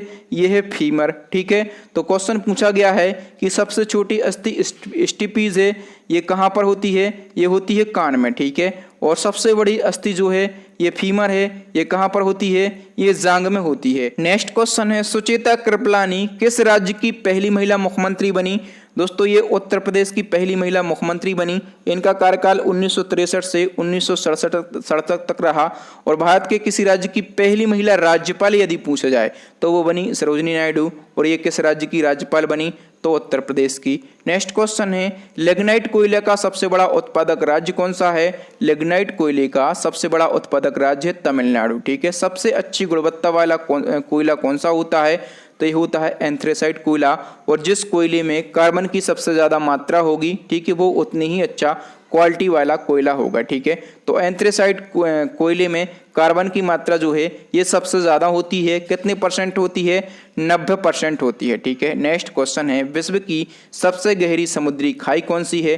तो विश्व की सबसे गहरी समुद्री खाई जो है ये है मरियाना की खाई। ठीक है। इसको मरियाना ट्रेंच भी कहा जाता है। और ये प्रशांत महासागर में स्थित है। और ये प्रशांत महासागर की भी सबसे गहरी खाई है। नेक्स्ट क्वेश्चन है हिंद महासागर की सबसे गहरी खाई कौन सी है? तो ये है जावा ट्रेंच। और इसको सुंडर ट्रेंच भी कहा जाता है। नेक्स्ट वन की हम बात करें तो विश्व की पहली रेलगाड़ी कब चली? 27 दिसंबर 1825 को चली थी विश्व की पहली रेलगाड़ी। तो विश्व की पहली रेलगाड़ी जो है ये कहाँ से कहाँ तक चली? तो लंदन के डार्लिंगटन से स्कोटलैंड तक चली। नेक्स्ट क्वेश्चन है भारत में पहली रेलगाड़ी किस वर्ष चलाई गई? तो 16 अप्रैल 1853 को चलाई गई पहली रेलगाड़ी। और हम बात करें कि ये कहाँ से कहाँ के बीच में चली तो ये मुंबई से थाड़े के बीच में चली। 34 किलोमीटर टोटल चली थी। और इस ट्रेन में लगभग 400 यात्रियों ने सफ़र किया था। नेक्स्ट क्वेश्चन है भारत में पहली रेलगाड़ी किसके शासनकाल में चली? तो ये लॉर्ड डलहौजी के शासनकाल में चली। और इसी क्रम में पूछा जाएगा कि भारत में पहली इलेक्ट्रिक ट्रेन कब चली? तो 1925 में चली, 3 फरवरी 1925 को। और बॉम्बे से कुर्ली के बीच में चली। ठीक है। इलेक्ट्रिक से चलने वाली पहली रेलगाड़ी का नाम पूछा जाए तो आप कहेंगे डेक्कन क्वीन है। ठीक है। इसी क्रम में पूछा जाएगा कि भारत का पहला विद्युतीकृत रेल मार्ग कहाँ पर बनाया गया? जब इलेक्ट्रिक ट्रेन चली हैं तो कहीं ना कहीं पर इलेक्ट्रिक रेल मार्ग भी बनाया गया होगा।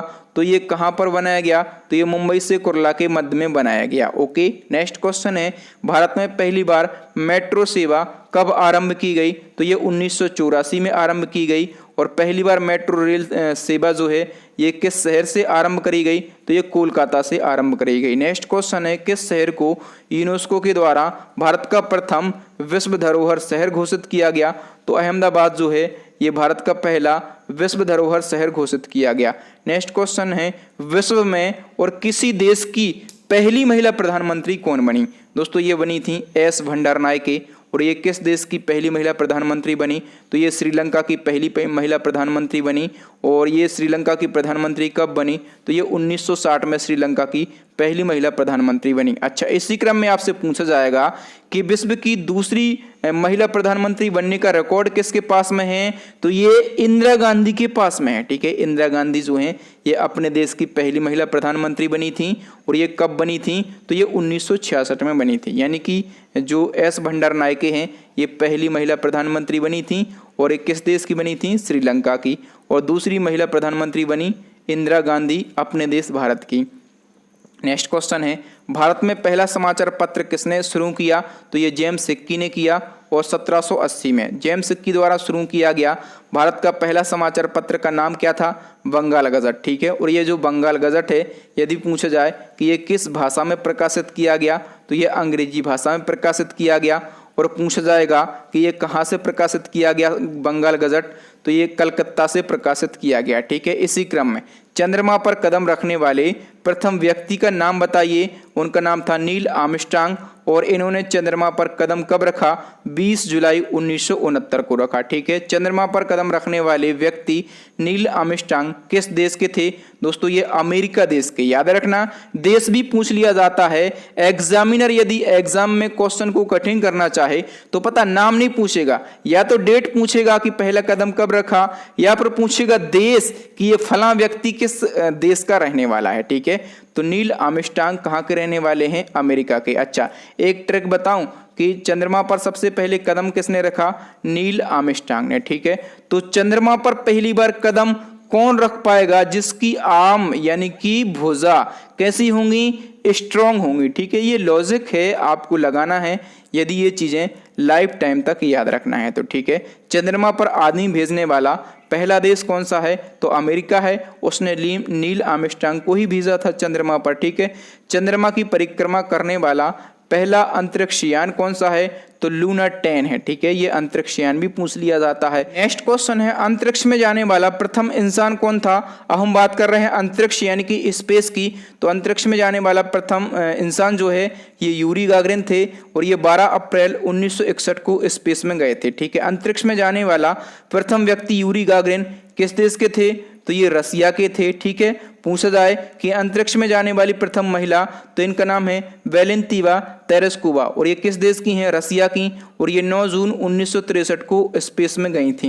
नेक्स्ट क्वेश्चन है, अंतरिक्ष में जाने वाले प्रथम भारतीय व्यक्ति कौन, राकेश शर्मा 1984 में अंतरिक्ष गए। और प्रथम भारतीय महिला जो कि अंतरिक्ष में गई उनका नाम है कल्पना चावला और ये 1997 में अंतरिक्ष में गई हैं। ये फैक्ट जो हैं मैं बार बार बोल रहा हूँ, नोट डाउन कर लीजिए, किसी भी बुक में एक साथ देखने के लिए नहीं मिलेंगे। नेक्स्ट क्वेश्चन है, अंतरिक्ष में जाने वाला प्रथम स्पेस डॉग उसका नाम क्या है, तो स्पेस में जाने वाला प्रथम स्पेस डॉग जो है यह है लाइका नामक कुतिया और ये जो डॉग है इसको रूस के द्वारा 1957 में और स्पुतनिक सेकंड अंतरिक्ष यान के द्वारा भेजा गया था। नेक्स्ट वन की हम बात करें तो महात्मा गांधी जी की समाधि कहाँ पर है, राजघाट में, दिल्ली में, यमुना नदी के किनारे। शक्ति स्थल किसकी समाधि है, इंदिरा गांधी जी की। ठीक है, विजय घाट किसकी समाधि है, लाल बहादुर शास्त्री की। किसान घाट चौधरी चरण सिंह की समाधि स्थल का नाम है। और नाथुराम गोडसे ने महात्मा गांधी की हत्या कब करी थी, तो 30 जनवरी 1948 को करी थी। ठीक है, किसकी पुण्यतिथि पर हम 30 जनवरी को शहीद दिवस मनाते हैं, तो महात्मा गांधी जी की पुण्यतिथि पर और 30 जनवरी को शहीद दिवस मनाया जाता है। महात्मा गांधी जी दक्षिण अफ्रीका से वापस कब लौटे थे भारत के लिए, तो ये 9 जनवरी 1915 को लौटे थे। और भारत सरकार के द्वारा प्रवासी भारतीय दिवस कब मनाया जाता है, तो ये 9 जनवरी को मनाया जाता है क्योंकि इसी दिन राष्ट्रपिता महात्मा गांधी जी दक्षिण अफ्रीका से भारत लौटे थे। प्रवासी भारतीय दिवस की शुरुआत कब की गई थी, तो 2003 में इस दिवस की शुरुआत करी गई थी। महात्मा गांधी जी के राजनीतिक गुरु कौन थे, तो गोपाल कृष्ण गोखले थे। ठीक है, गोपाल कृष्ण गोखले जो हैं ये मोहम्मद अली जिन्ना के भी राजनीतिक गुरु थे। ठीक है, तो दोनों के गुरु थे, याद रखेंगे। नेक्स्ट क्वेश्चन है, गोखले माई पॉलिटिकल गुरु नामक पुस्तक किसके द्वारा लिखी गई? महात्मा गांधी के द्वारा। भारत का ग्लेड स्टैंड किसको कहा जाता है? तो ये गोपाल कृष्ण गोखले को कहा जाता है। नेक्स्ट क्वेश्चन है, महात्मा गांधी को सर्वप्रथम राष्ट्रपिता किसने कहा? सुभाष चंद्र बोस ने कहा, ठीक है। और गांधी जी को महात्मा की उपाधि किसने दी? ये दी थी रविन्द्रनाथ टैगोर ने। और रविन्द्रनाथ टैगोर को गुरुदेव की उपाधि ये गांधी जी ने दी। एक दूसरे को इनने कहा आज से तुम महात्मा हो, तो महात्मा जी ने कहा आज से तुम भी गुरुदेव हो। नेक्स्ट हमारा क्वेश्चन है, सुभाष चंद्र बोस को नेताजी की उपाधि किसने दी थी? एडोल्फ हिटलर ने। और गांधी जी ने दक्षिण अफ्रीका में प्रथम सत्याग्रह कब किया था?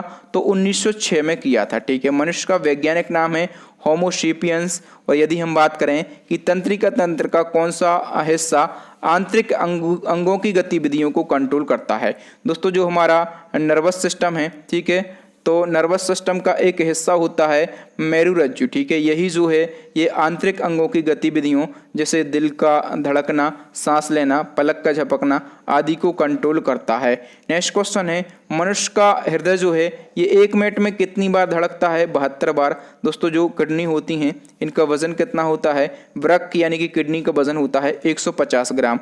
नेक्स्ट क्वेश्चन है, संयुक्त रक्त कणिकाओं का जीवन काल कितना होता है? दोस्तों WBC का जो जीवन काल है ये 1 से 4 दिन होता है।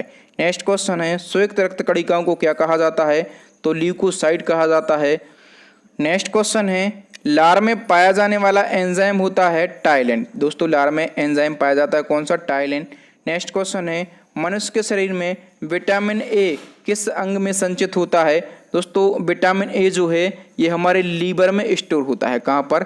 लीवर में स्टोर होता है। नेक्स्ट क्वेश्चन है, मनुष्य के शरीर में अमीनो अम्लों की संख्या कितनी होती है? तो 20 होती है। मनुष्य के दांतों और हड्डियों में होता है क्या? कैल्शियम और फॉस्फोरस। नेक्स्ट हमारा क्वेश्चन है, टीबिया नामक हड्डी कहाँ पर पाई जाती है? तो ये पैरों में पाई जाती है, ठीक है। लाल रक्त कणिकाओं को क्या कहा जाता है? तो एरिथ्रोसाइट भी कहा जाता है RBC को। और दोस्तों पचे हुए भोजन का अवशोषण कहाँ पर होता है? छोटी आंत में होता है।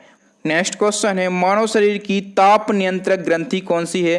दोस्तों मानव शरीर की ताप नियंत्रक ग्रंथि जो है ये हाइपोथैलेमस ग्रंथि को कहा जाता है। नेक्स्ट क्वेश्चन है, प्रथम ICC वर्ल्ड कप किस देश में आयोजित हुआ था? दोस्तों पहला ICC वर्ल्ड कप जो है ये इंग्लैंड में और 1975 में आयोजित हुआ था। नेक्स्ट क्वेश्चन, गेम चेंजर निम्न में से किसकी बायोग्राफी है? अब स्पोर्ट्स रिलेटेड जीके के क्वेश्चन यहाँ पर पूछे जा रहे हैं। गेम चेंजर जो है ये शाहिद अफरीदी की बायोग्राफी का नाम है। नेक्स्ट क्वेश्चन है, युवराज सिंह की बायोग्राफी का नाम क्या है? दी टेस्ट ऑफ माई लाइफ जो है ये युवराज सिंह की बायोग्राफी का नाम है। कपिल देव की बायोग्राफी का नाम है स्टेट फ्रॉम द हार्ट यानी कि सीधे दिल से। इसी क्रम में नेक्स्ट वन की हम बात करेंगे तो सौरभ गांगुली की बायोग्राफी का नाम क्या है? तो आज सेंचुरी इज नॉट इनफ जो है ये सौरभ गांगुली की बायोग्राफी का नाम है।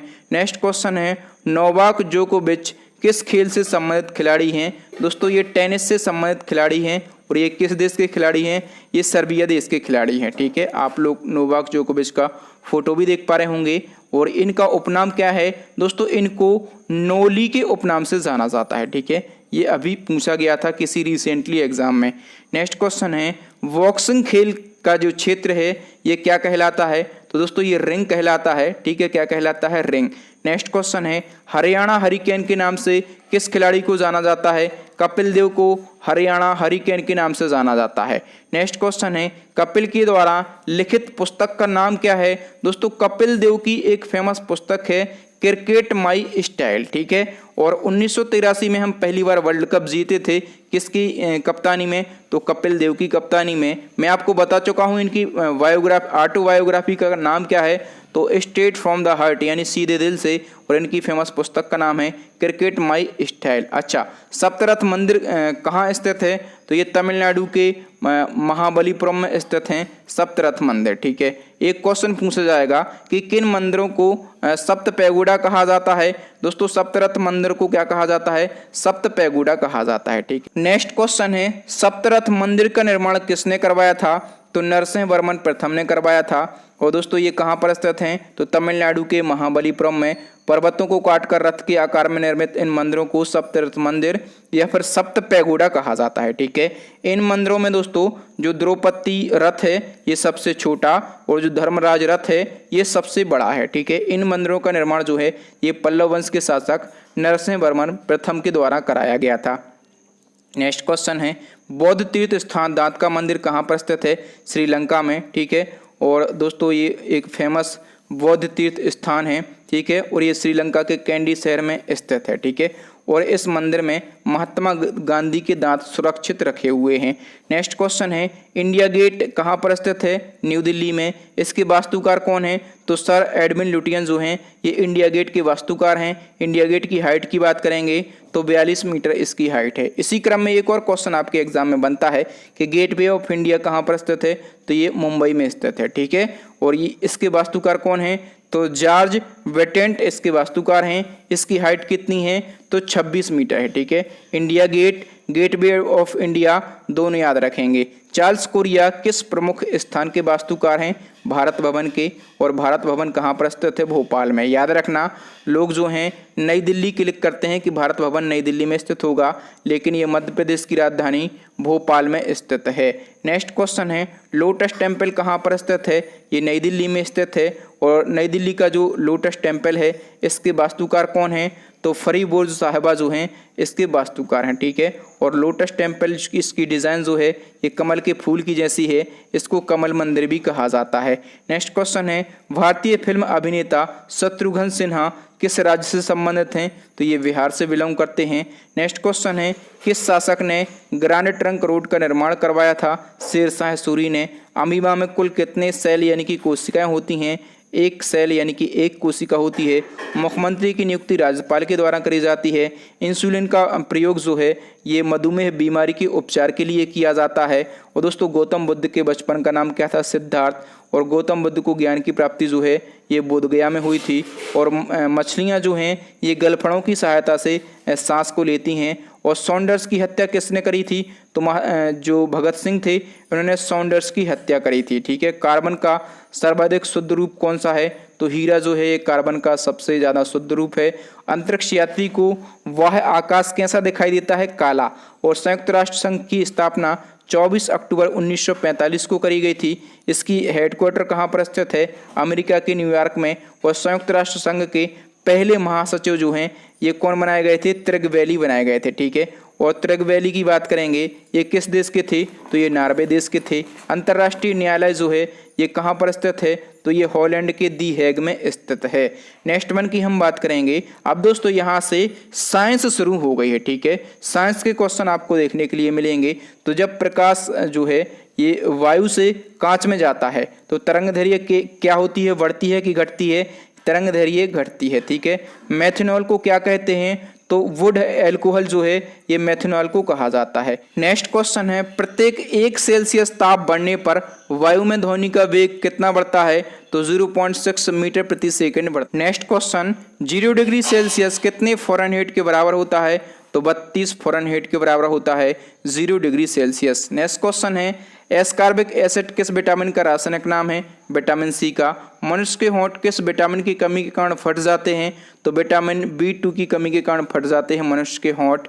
नेक्स्ट हमारा क्वेश्चन है, हास्य गैस का रासायनिक सूत्र क्या है, N2O यानी कि नाइट्रस ऑक्साइड जो है ये हास्य गैस यानी कि लाफिंग गैस का रासायनिक सूत्र है। झूठ का पता लगाने वाले यंत्र का नाम क्या है, पॉलीग्राफ से झूठ का पता लगाया जाता है।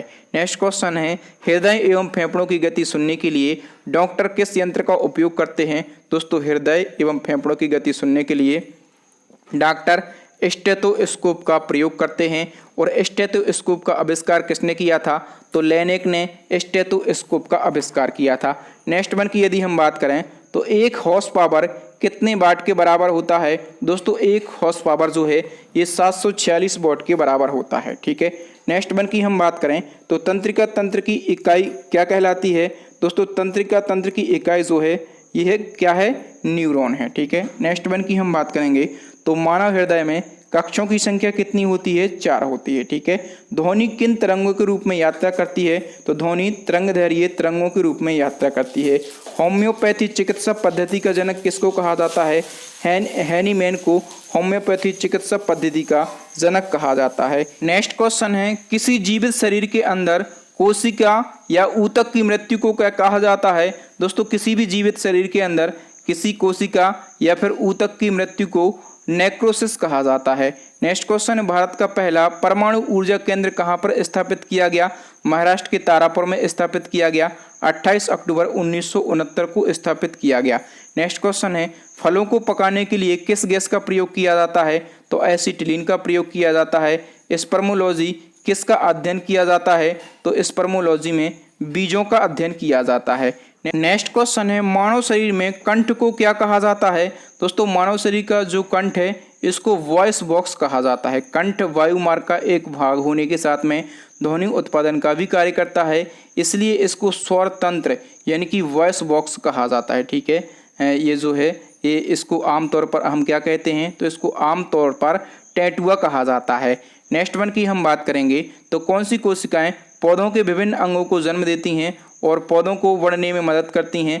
दोस्तों, जो मेरिस्टेमेटिक कोशिकाएं हैं ये पौधों के विभिन्न अंगों को जन्म देती हैं और पौधों को बढ़ने में सहायक होती हैं। नेक्स्ट हमारा क्वेश्चन है, शरीर में कैल्शियम ऑक्सलेट की बहुत ज़्यादा मात्रा यदि हो जाती है तो वो किसका कारण बनती है? दोस्तों, शरीर में अधिक कैल्शियम ऑक्सलेट की मात्रा जो है ये पथरी का कारण बनती है। नेक्स्ट वन की हम बात करेंगे तो रानीखेत बीमारी किससे संबंधित है? रानीखेत बीमारी ये कई बार एग्जाम में पूछा गया क्वेश्चन है, ये मुर्गियों से संबंधित बीमारी। नेक्स्ट क्वेश्चन है, नवजात बच्चे को बीसीजी का टीका कब दिया जाता है? दोस्तों, नवजात बच्चे को बीसीजी का टीका 48 घंटे के अंदर दिया जाता है। बीसीजी का फुल फॉर्म होता है बैसिलस कैलमेट गोएरिन। नेक्स्ट वन की हम बात करेंगे तो मनुष्य के आँखों के रंग कौन निर्धारित करता है? दोस्तों, मनुष्य के आँखों का रंग जो है ये आइरिस के द्वारा यानी कि परितारिका के द्वारा निर्धारित किया जाता है। नेक्स्ट क्वेश्चन है, किस गैस को अजनबी गैस के नाम से जाना जाता है? जीनोन गैस को अजनबी गैस कहा जाता है, अज्ञात गैस कहा जाता है, इसको स्ट्रॉन्जर गैस भी कहा जाता है। इसका प्रतीक Xe होता है। इसका ऑटोमिक नंबर जो है ये 54 होता है। नेक्स्ट क्वेश्चन है, जमुआई या फिर ओबासी लेना क्यों होती हैं? दोस्तों, फेफड़ों में कार्बन डाइऑक्साइड की कमी हो जाती है, CO2 की कमी हो जाती है। ठीक है, यही कारण है कि ये जमवाई और ओबासी लेनी पड़ती है। नेक्स्ट हमारा क्वेश्चन है, वह हार्मोन कौन सा है जो मानव शरीर में रक्तदाब यानी कि BP को कंट्रोल करता है? दोस्तों, BP को कंट्रोल करने वाला हार्मोन जो है इसको वैसोप्रेसिन हार्मोन कहा जाता है। ठीक है, और ये पिट्यूटरी ग्रंथि के द्वारा रिलीज होता है और इसका प्रयोग रक्तचाप को बढ़ाने के लिए किया जाता है। नेक्स्ट क्वेश्चन है, कौन सा ऊतक भोजन को पौधों के विभिन्न अंगों तक पहुंचाता है? दोस्तों, जो फ्लोएम है ये भोजन को पौधे के विभिन्न अंगों तक पहुंचाता है। ठीक है। अच्छा, क्वेश्चन पूछा जाए कि पानी को पौधे के विभिन्न अंगों तक कौन पहुंचाता है? तो पानी को पौधों के विभिन्न अंगों तक पहुंचाता है जाइलम। ठीक है, ये दोनों पौधों के टिश्यू यानी कि ऊतक हैं। नेक्स्ट क्वेश्चन है, मानव शरीर के किस अंग को शरीर का रासायनिक कारखाना कहा जाता है? तो लीवर यानी कि यकृत को शरीर का रासायनिक कारखाना कहा जाता है। और मानव शरीर की सबसे बड़ी ग्रंथि पूछा जाए तो ये भी कौन सी है? लीवर यानी कि यकृत। नेक्स्ट क्वेश्चन है, उस ग्रंथि का नाम बताइए जो अन्य अंतःस्रावी ग्रंथियों को नियंत्रित करती है। उस ग्रंथि का नाम है पिट्यूटरी ग्रंथि। ठीक है, इसको पीयूष ग्रंथि, मास्टर ग्रंथि भी कहा जाता है और ये मस्तिष्क के निचले हिस्से में पाई जाती है। नेक्स्ट क्वेश्चन है, ब्लड ग्रुप की खोज किसने करी थी? कार्ल लैंडस्टीनर ने करी थी। ठीक है, 1901 में करी थी। और इन्होंने RH फैक्टर की भी खोज करी थी। तो कब करी थी? 1940 में करी थी। सर्वप्रथम रक्त परिसंचरण तंत्र का अध्ययन किसने किया था? सबसे पहले रक्त परिसंचरण तंत्र का अध्ययन जो है ये विलियम हार्वे ने किया था। नेक्स्ट क्वेश्चन है, रक्त का अध्ययन क्या कहलाता है? तो हेमेटोलॉजी कहलाता है। रक्त के निर्माण की प्रक्रिया को क्या कहा जाता है? तो हीमोपोइसिस कहा जाता है। नेक्स्ट वन की हम बात करेंगे तो मानव रक्त किस प्रकार का ऊतक है? दोस्तों, मानव रक्त जो है, ह्यूमन ब्लड जो है, ये तरल संयोजी ऊतक और इसको फ्लड कनेक्टिव टिश्यू कहा जाता है इंग्लिश में। नेक्स्ट हमारा क्वेश्चन है, स्वस्थ मनुष्य के शरीर में रक्त की कुल मात्रा कितनी होती है? तो शरीर के कुल वजन का जितना वेट है ना उसके 7% ब्लड की मात्रा होती है अपनी बॉडी में। नेक्स्ट क्वेश्चन है मनुष्य के शरीर में औसतन कितने लीटर रक्त होता है? तो एवरेज की बात करें तो 5 से 6 लीटर ब्लड होता है। नेक्स्ट क्वेश्चन है पुरुषों की तुलना में महिलाओं में औसतन रक्त कितना होता है? तो महिलाओं में पुरुषों की तुलना में आधा लीटर कम होता है रक्त। नेक्स्ट क्वेश्चन है मानव शरीर में खून के शुद्धिकरण की प्रक्रिया को क्या कहा जाता है? तो खून के शुद्धिकरण की प्रक्रिया मोस्ट इंपोर्टेंट क्वेश्चन है, क्या कहा जाता है? डायलिसिस। नेक्स्ट क्वेश्चन है रक्त का शुद्धिकरण कहाँ पर होता है? कई बार पूछा गया क्वेश्चन है। तो रक्त का शुद्धिकरण होता है हमारी किडनी यानी कि वृक्क में। और नेक्स्ट क्वेश्चन है रुधिर दबाव यानी कि ब्लड प्रेशर मापक यंत्र कौन सा है? तो ब्लड प्रेशर को हम स्फेग्मोमैनोमीटर के माध्यम से मापते हैं। नेक्स्ट क्वेश्चन है मनुष्य का सामान्य रक्तचाप कितना होता है? तो 120/80 mmHg जो है ये मनुष्य का सामान्य रक्तचाप होता है। नेक्स्ट क्वेश्चन है मानव रक्त का पीएच मान कितना होता है? तो 7.4 होता है। नेक्स्ट क्वेश्चन है रक्त का लाल रंग किस पिगमेंट के कारण होता है? दोस्तों हीमोग्लोबिन नामक पिगमेंट के कारण रक्त का लाल रंग होता है। नेक्स्ट क्वेश्चन है रक्त का थक्का जमने में सहायक प्रोटीन कौन सा है? जब चोट लगती है तो रक्त का थक्का जम जाता है, ठीक है। इसके लिए सहायक प्रोटीन जो है यह है प्रोथ्रोम्बिन और फाइब्रिनोजन, ठीक है, 2 प्रोटीन है। नेक्स्ट वन की हम बात करेंगे तो किस प्रोटीन की मौजूदगी के कारण शरीर के भीतर रक्त का थक्का नहीं जमता? अब देखिए समझने का प्रयास करिएगा। ये तो हमने बात करी है शरीर के बाहर यदि चोट लग जाए तो 2 प्रोटीन सहायक होते हैं जो कि रक्त का थक्का जमा देते हैं, ठीक है। अब हम बात कर रहे हैं यदि शरीर के भीतर रक्त का थक्का जम जाए, हमारे शरीर में ब्लड का सर्कुलेशन हो रहा है, ठीक है। यदि कहीं पर रक्त का थक्का जम जाए तो लफड़ास बन जाएगा, ठीक है। इसलिए क्या है एक हेपेरिन नाम का क्या है प्रोटीन है, ठीक है। ये शरीर के भीतर रक्त का थक्का नहीं जमने देता, ठीक है। कई बार चोट लग जाती है तो थक्का अंदर ही जम जाता है, ऑपरेशन करके निकाला जाता है। कई बार रक्त का थक्का शरीर के अंदर छोटा सा बनता है तो हेपेरिन नाम के इंजेक्शन दिए जाते हैं और यदि इंजेक्शन से वो थक्का नहीं टूट रहा है तो ऑपरेशन के माध्यम से जो रक्त का थक्का अंदर जम गया है उसको निकाला जाता है, ठीक है। तो जो ब्लड सर्कुलेशन हो रही है उसमें एक प्रोटीन उपस्थित होता है हेपेरिन नाम का, वो रक्त के अंदर रक्त का थक्का नहीं जमने देता। ये क्वेश्चन कन्फ्यूजन वाले क्वेश्चन है और इम्पोर्टेंट क्वेश्चन है और जनरल लाइफ में हमें पता भी रहना चाहिए। नेक्स्ट क्वेश्चन है किस विटामिन की कमी के कारण खून का थक्का नहीं जमता? हम विटामिन की बात कर रहे हैं। विटामिन के की यदि आपको कमी हो जाएगी, चोट लगेगी तो खून का थक्का नहीं जमेगा या फिर बहुत देर बाद जमेगा। नेक्स्ट क्वेश्चन है रक्त जमने में किस तत्व की मुख्य भूमिका होती है? अब हम बात कर रहे हैं तत्व की, तो कैल्शियम तत्व की मुख्य भूमिका होती है रक्त के जमने में। नेक्स्ट क्वेश्चन है मानव रक्त में कितने % प्लाज्मा होता है? तो मानव रक्त में 60% प्लाज्मा होता है। आरबीसी का निर्माण कहाँ पर होता है? अस्थि मज्जा यानी कि बोन मैरो में, और आज आरबीसी का निर्माण तो अस्थि मज्जा में होता है, ठीक है। लेकिन ये कहाँ पर नष्ट हो जाती हैं? ये प्लीहा में नष्ट हो जाती हैं। एक फैक्ट याद रखना है कि जब भ्रूण अवस्था होती है तो उस अवस्था में आरबीसी का निर्माण जो है ये यकृत यानी कि लीवर में होता है और ये क्वेश्चन भी पूछा जाता है।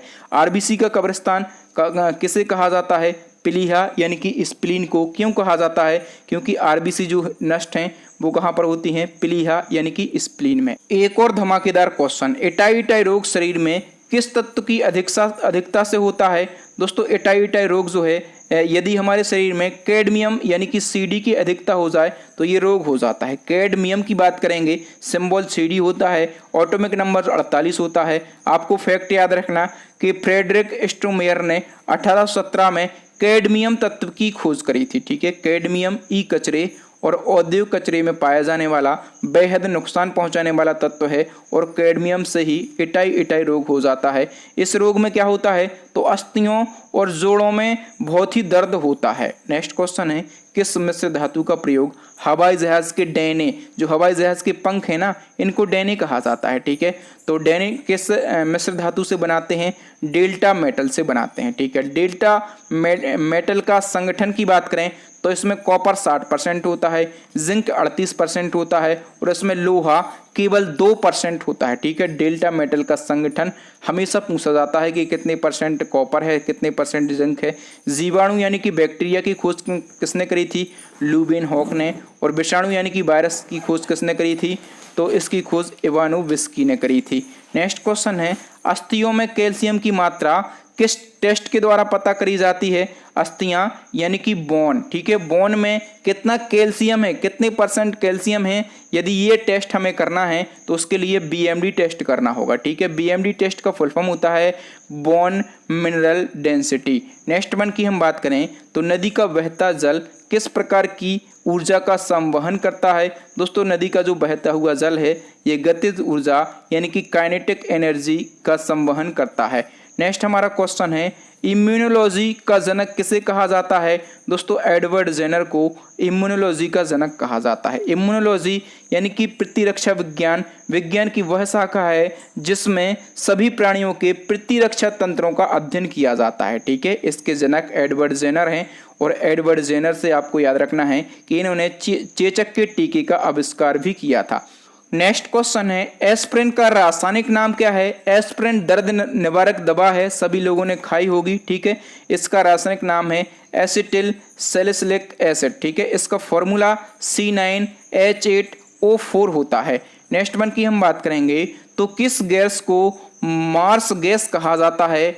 मोस्ट इंपॉर्टेंट क्वेश्चन है दोस्तों। मार्स गैस जो है ये मीथेन को कहा जाता है। मीथेन यानी कि CH4 को मार्स गैस कहा जाता है। मार्स गैस कहाँ कहाँ मिलती है? तो दलदली एरिया में मीथेन गैस रिलीज होती है, धान के खेत में से भी मीथेन गैस रिलीज होती है, और जो जुगाली करने वाले जानवर होते हैं जैसे गाय भैंस हैं, ठीक है, तो इन सभी जीवों में से मीथेन गैस रिलीज होती है। ये आपको याद रखना है दोस्तों। यहाँ पर हमने कितने क्वेश्चन को डिस्कस किया है? यहाँ पर हमने 500 क्वेश्चन को डिस्कस किया है। सभी क्वेश्चन को हमने बिल्कुल डिटेल में विथ एक्स्ट्रा फैक्ट के साथ में डिस्कस किया है। और 500 के जो पहला पार्ट था वो मैं पहले ही अपलोड कर चुका हूं। ठीक है, तो उसकी लिंक जो है आपको इसी वीडियो के डिस्क्रिप्शन में मिल जाएगी, तो आप हमारा पुराना और पहला पार्ट जरूर देखें। ठीक है, यहाँ पर हमने 500 को क्वेश्चन को डिस्कस किया, ये हमारा दूसरा पार्ट है। ठीक है, पहला पार्ट पहले ही मैं अपलोड कर चुका हूं। ठीक है, आपको वीडियो कैसा लगा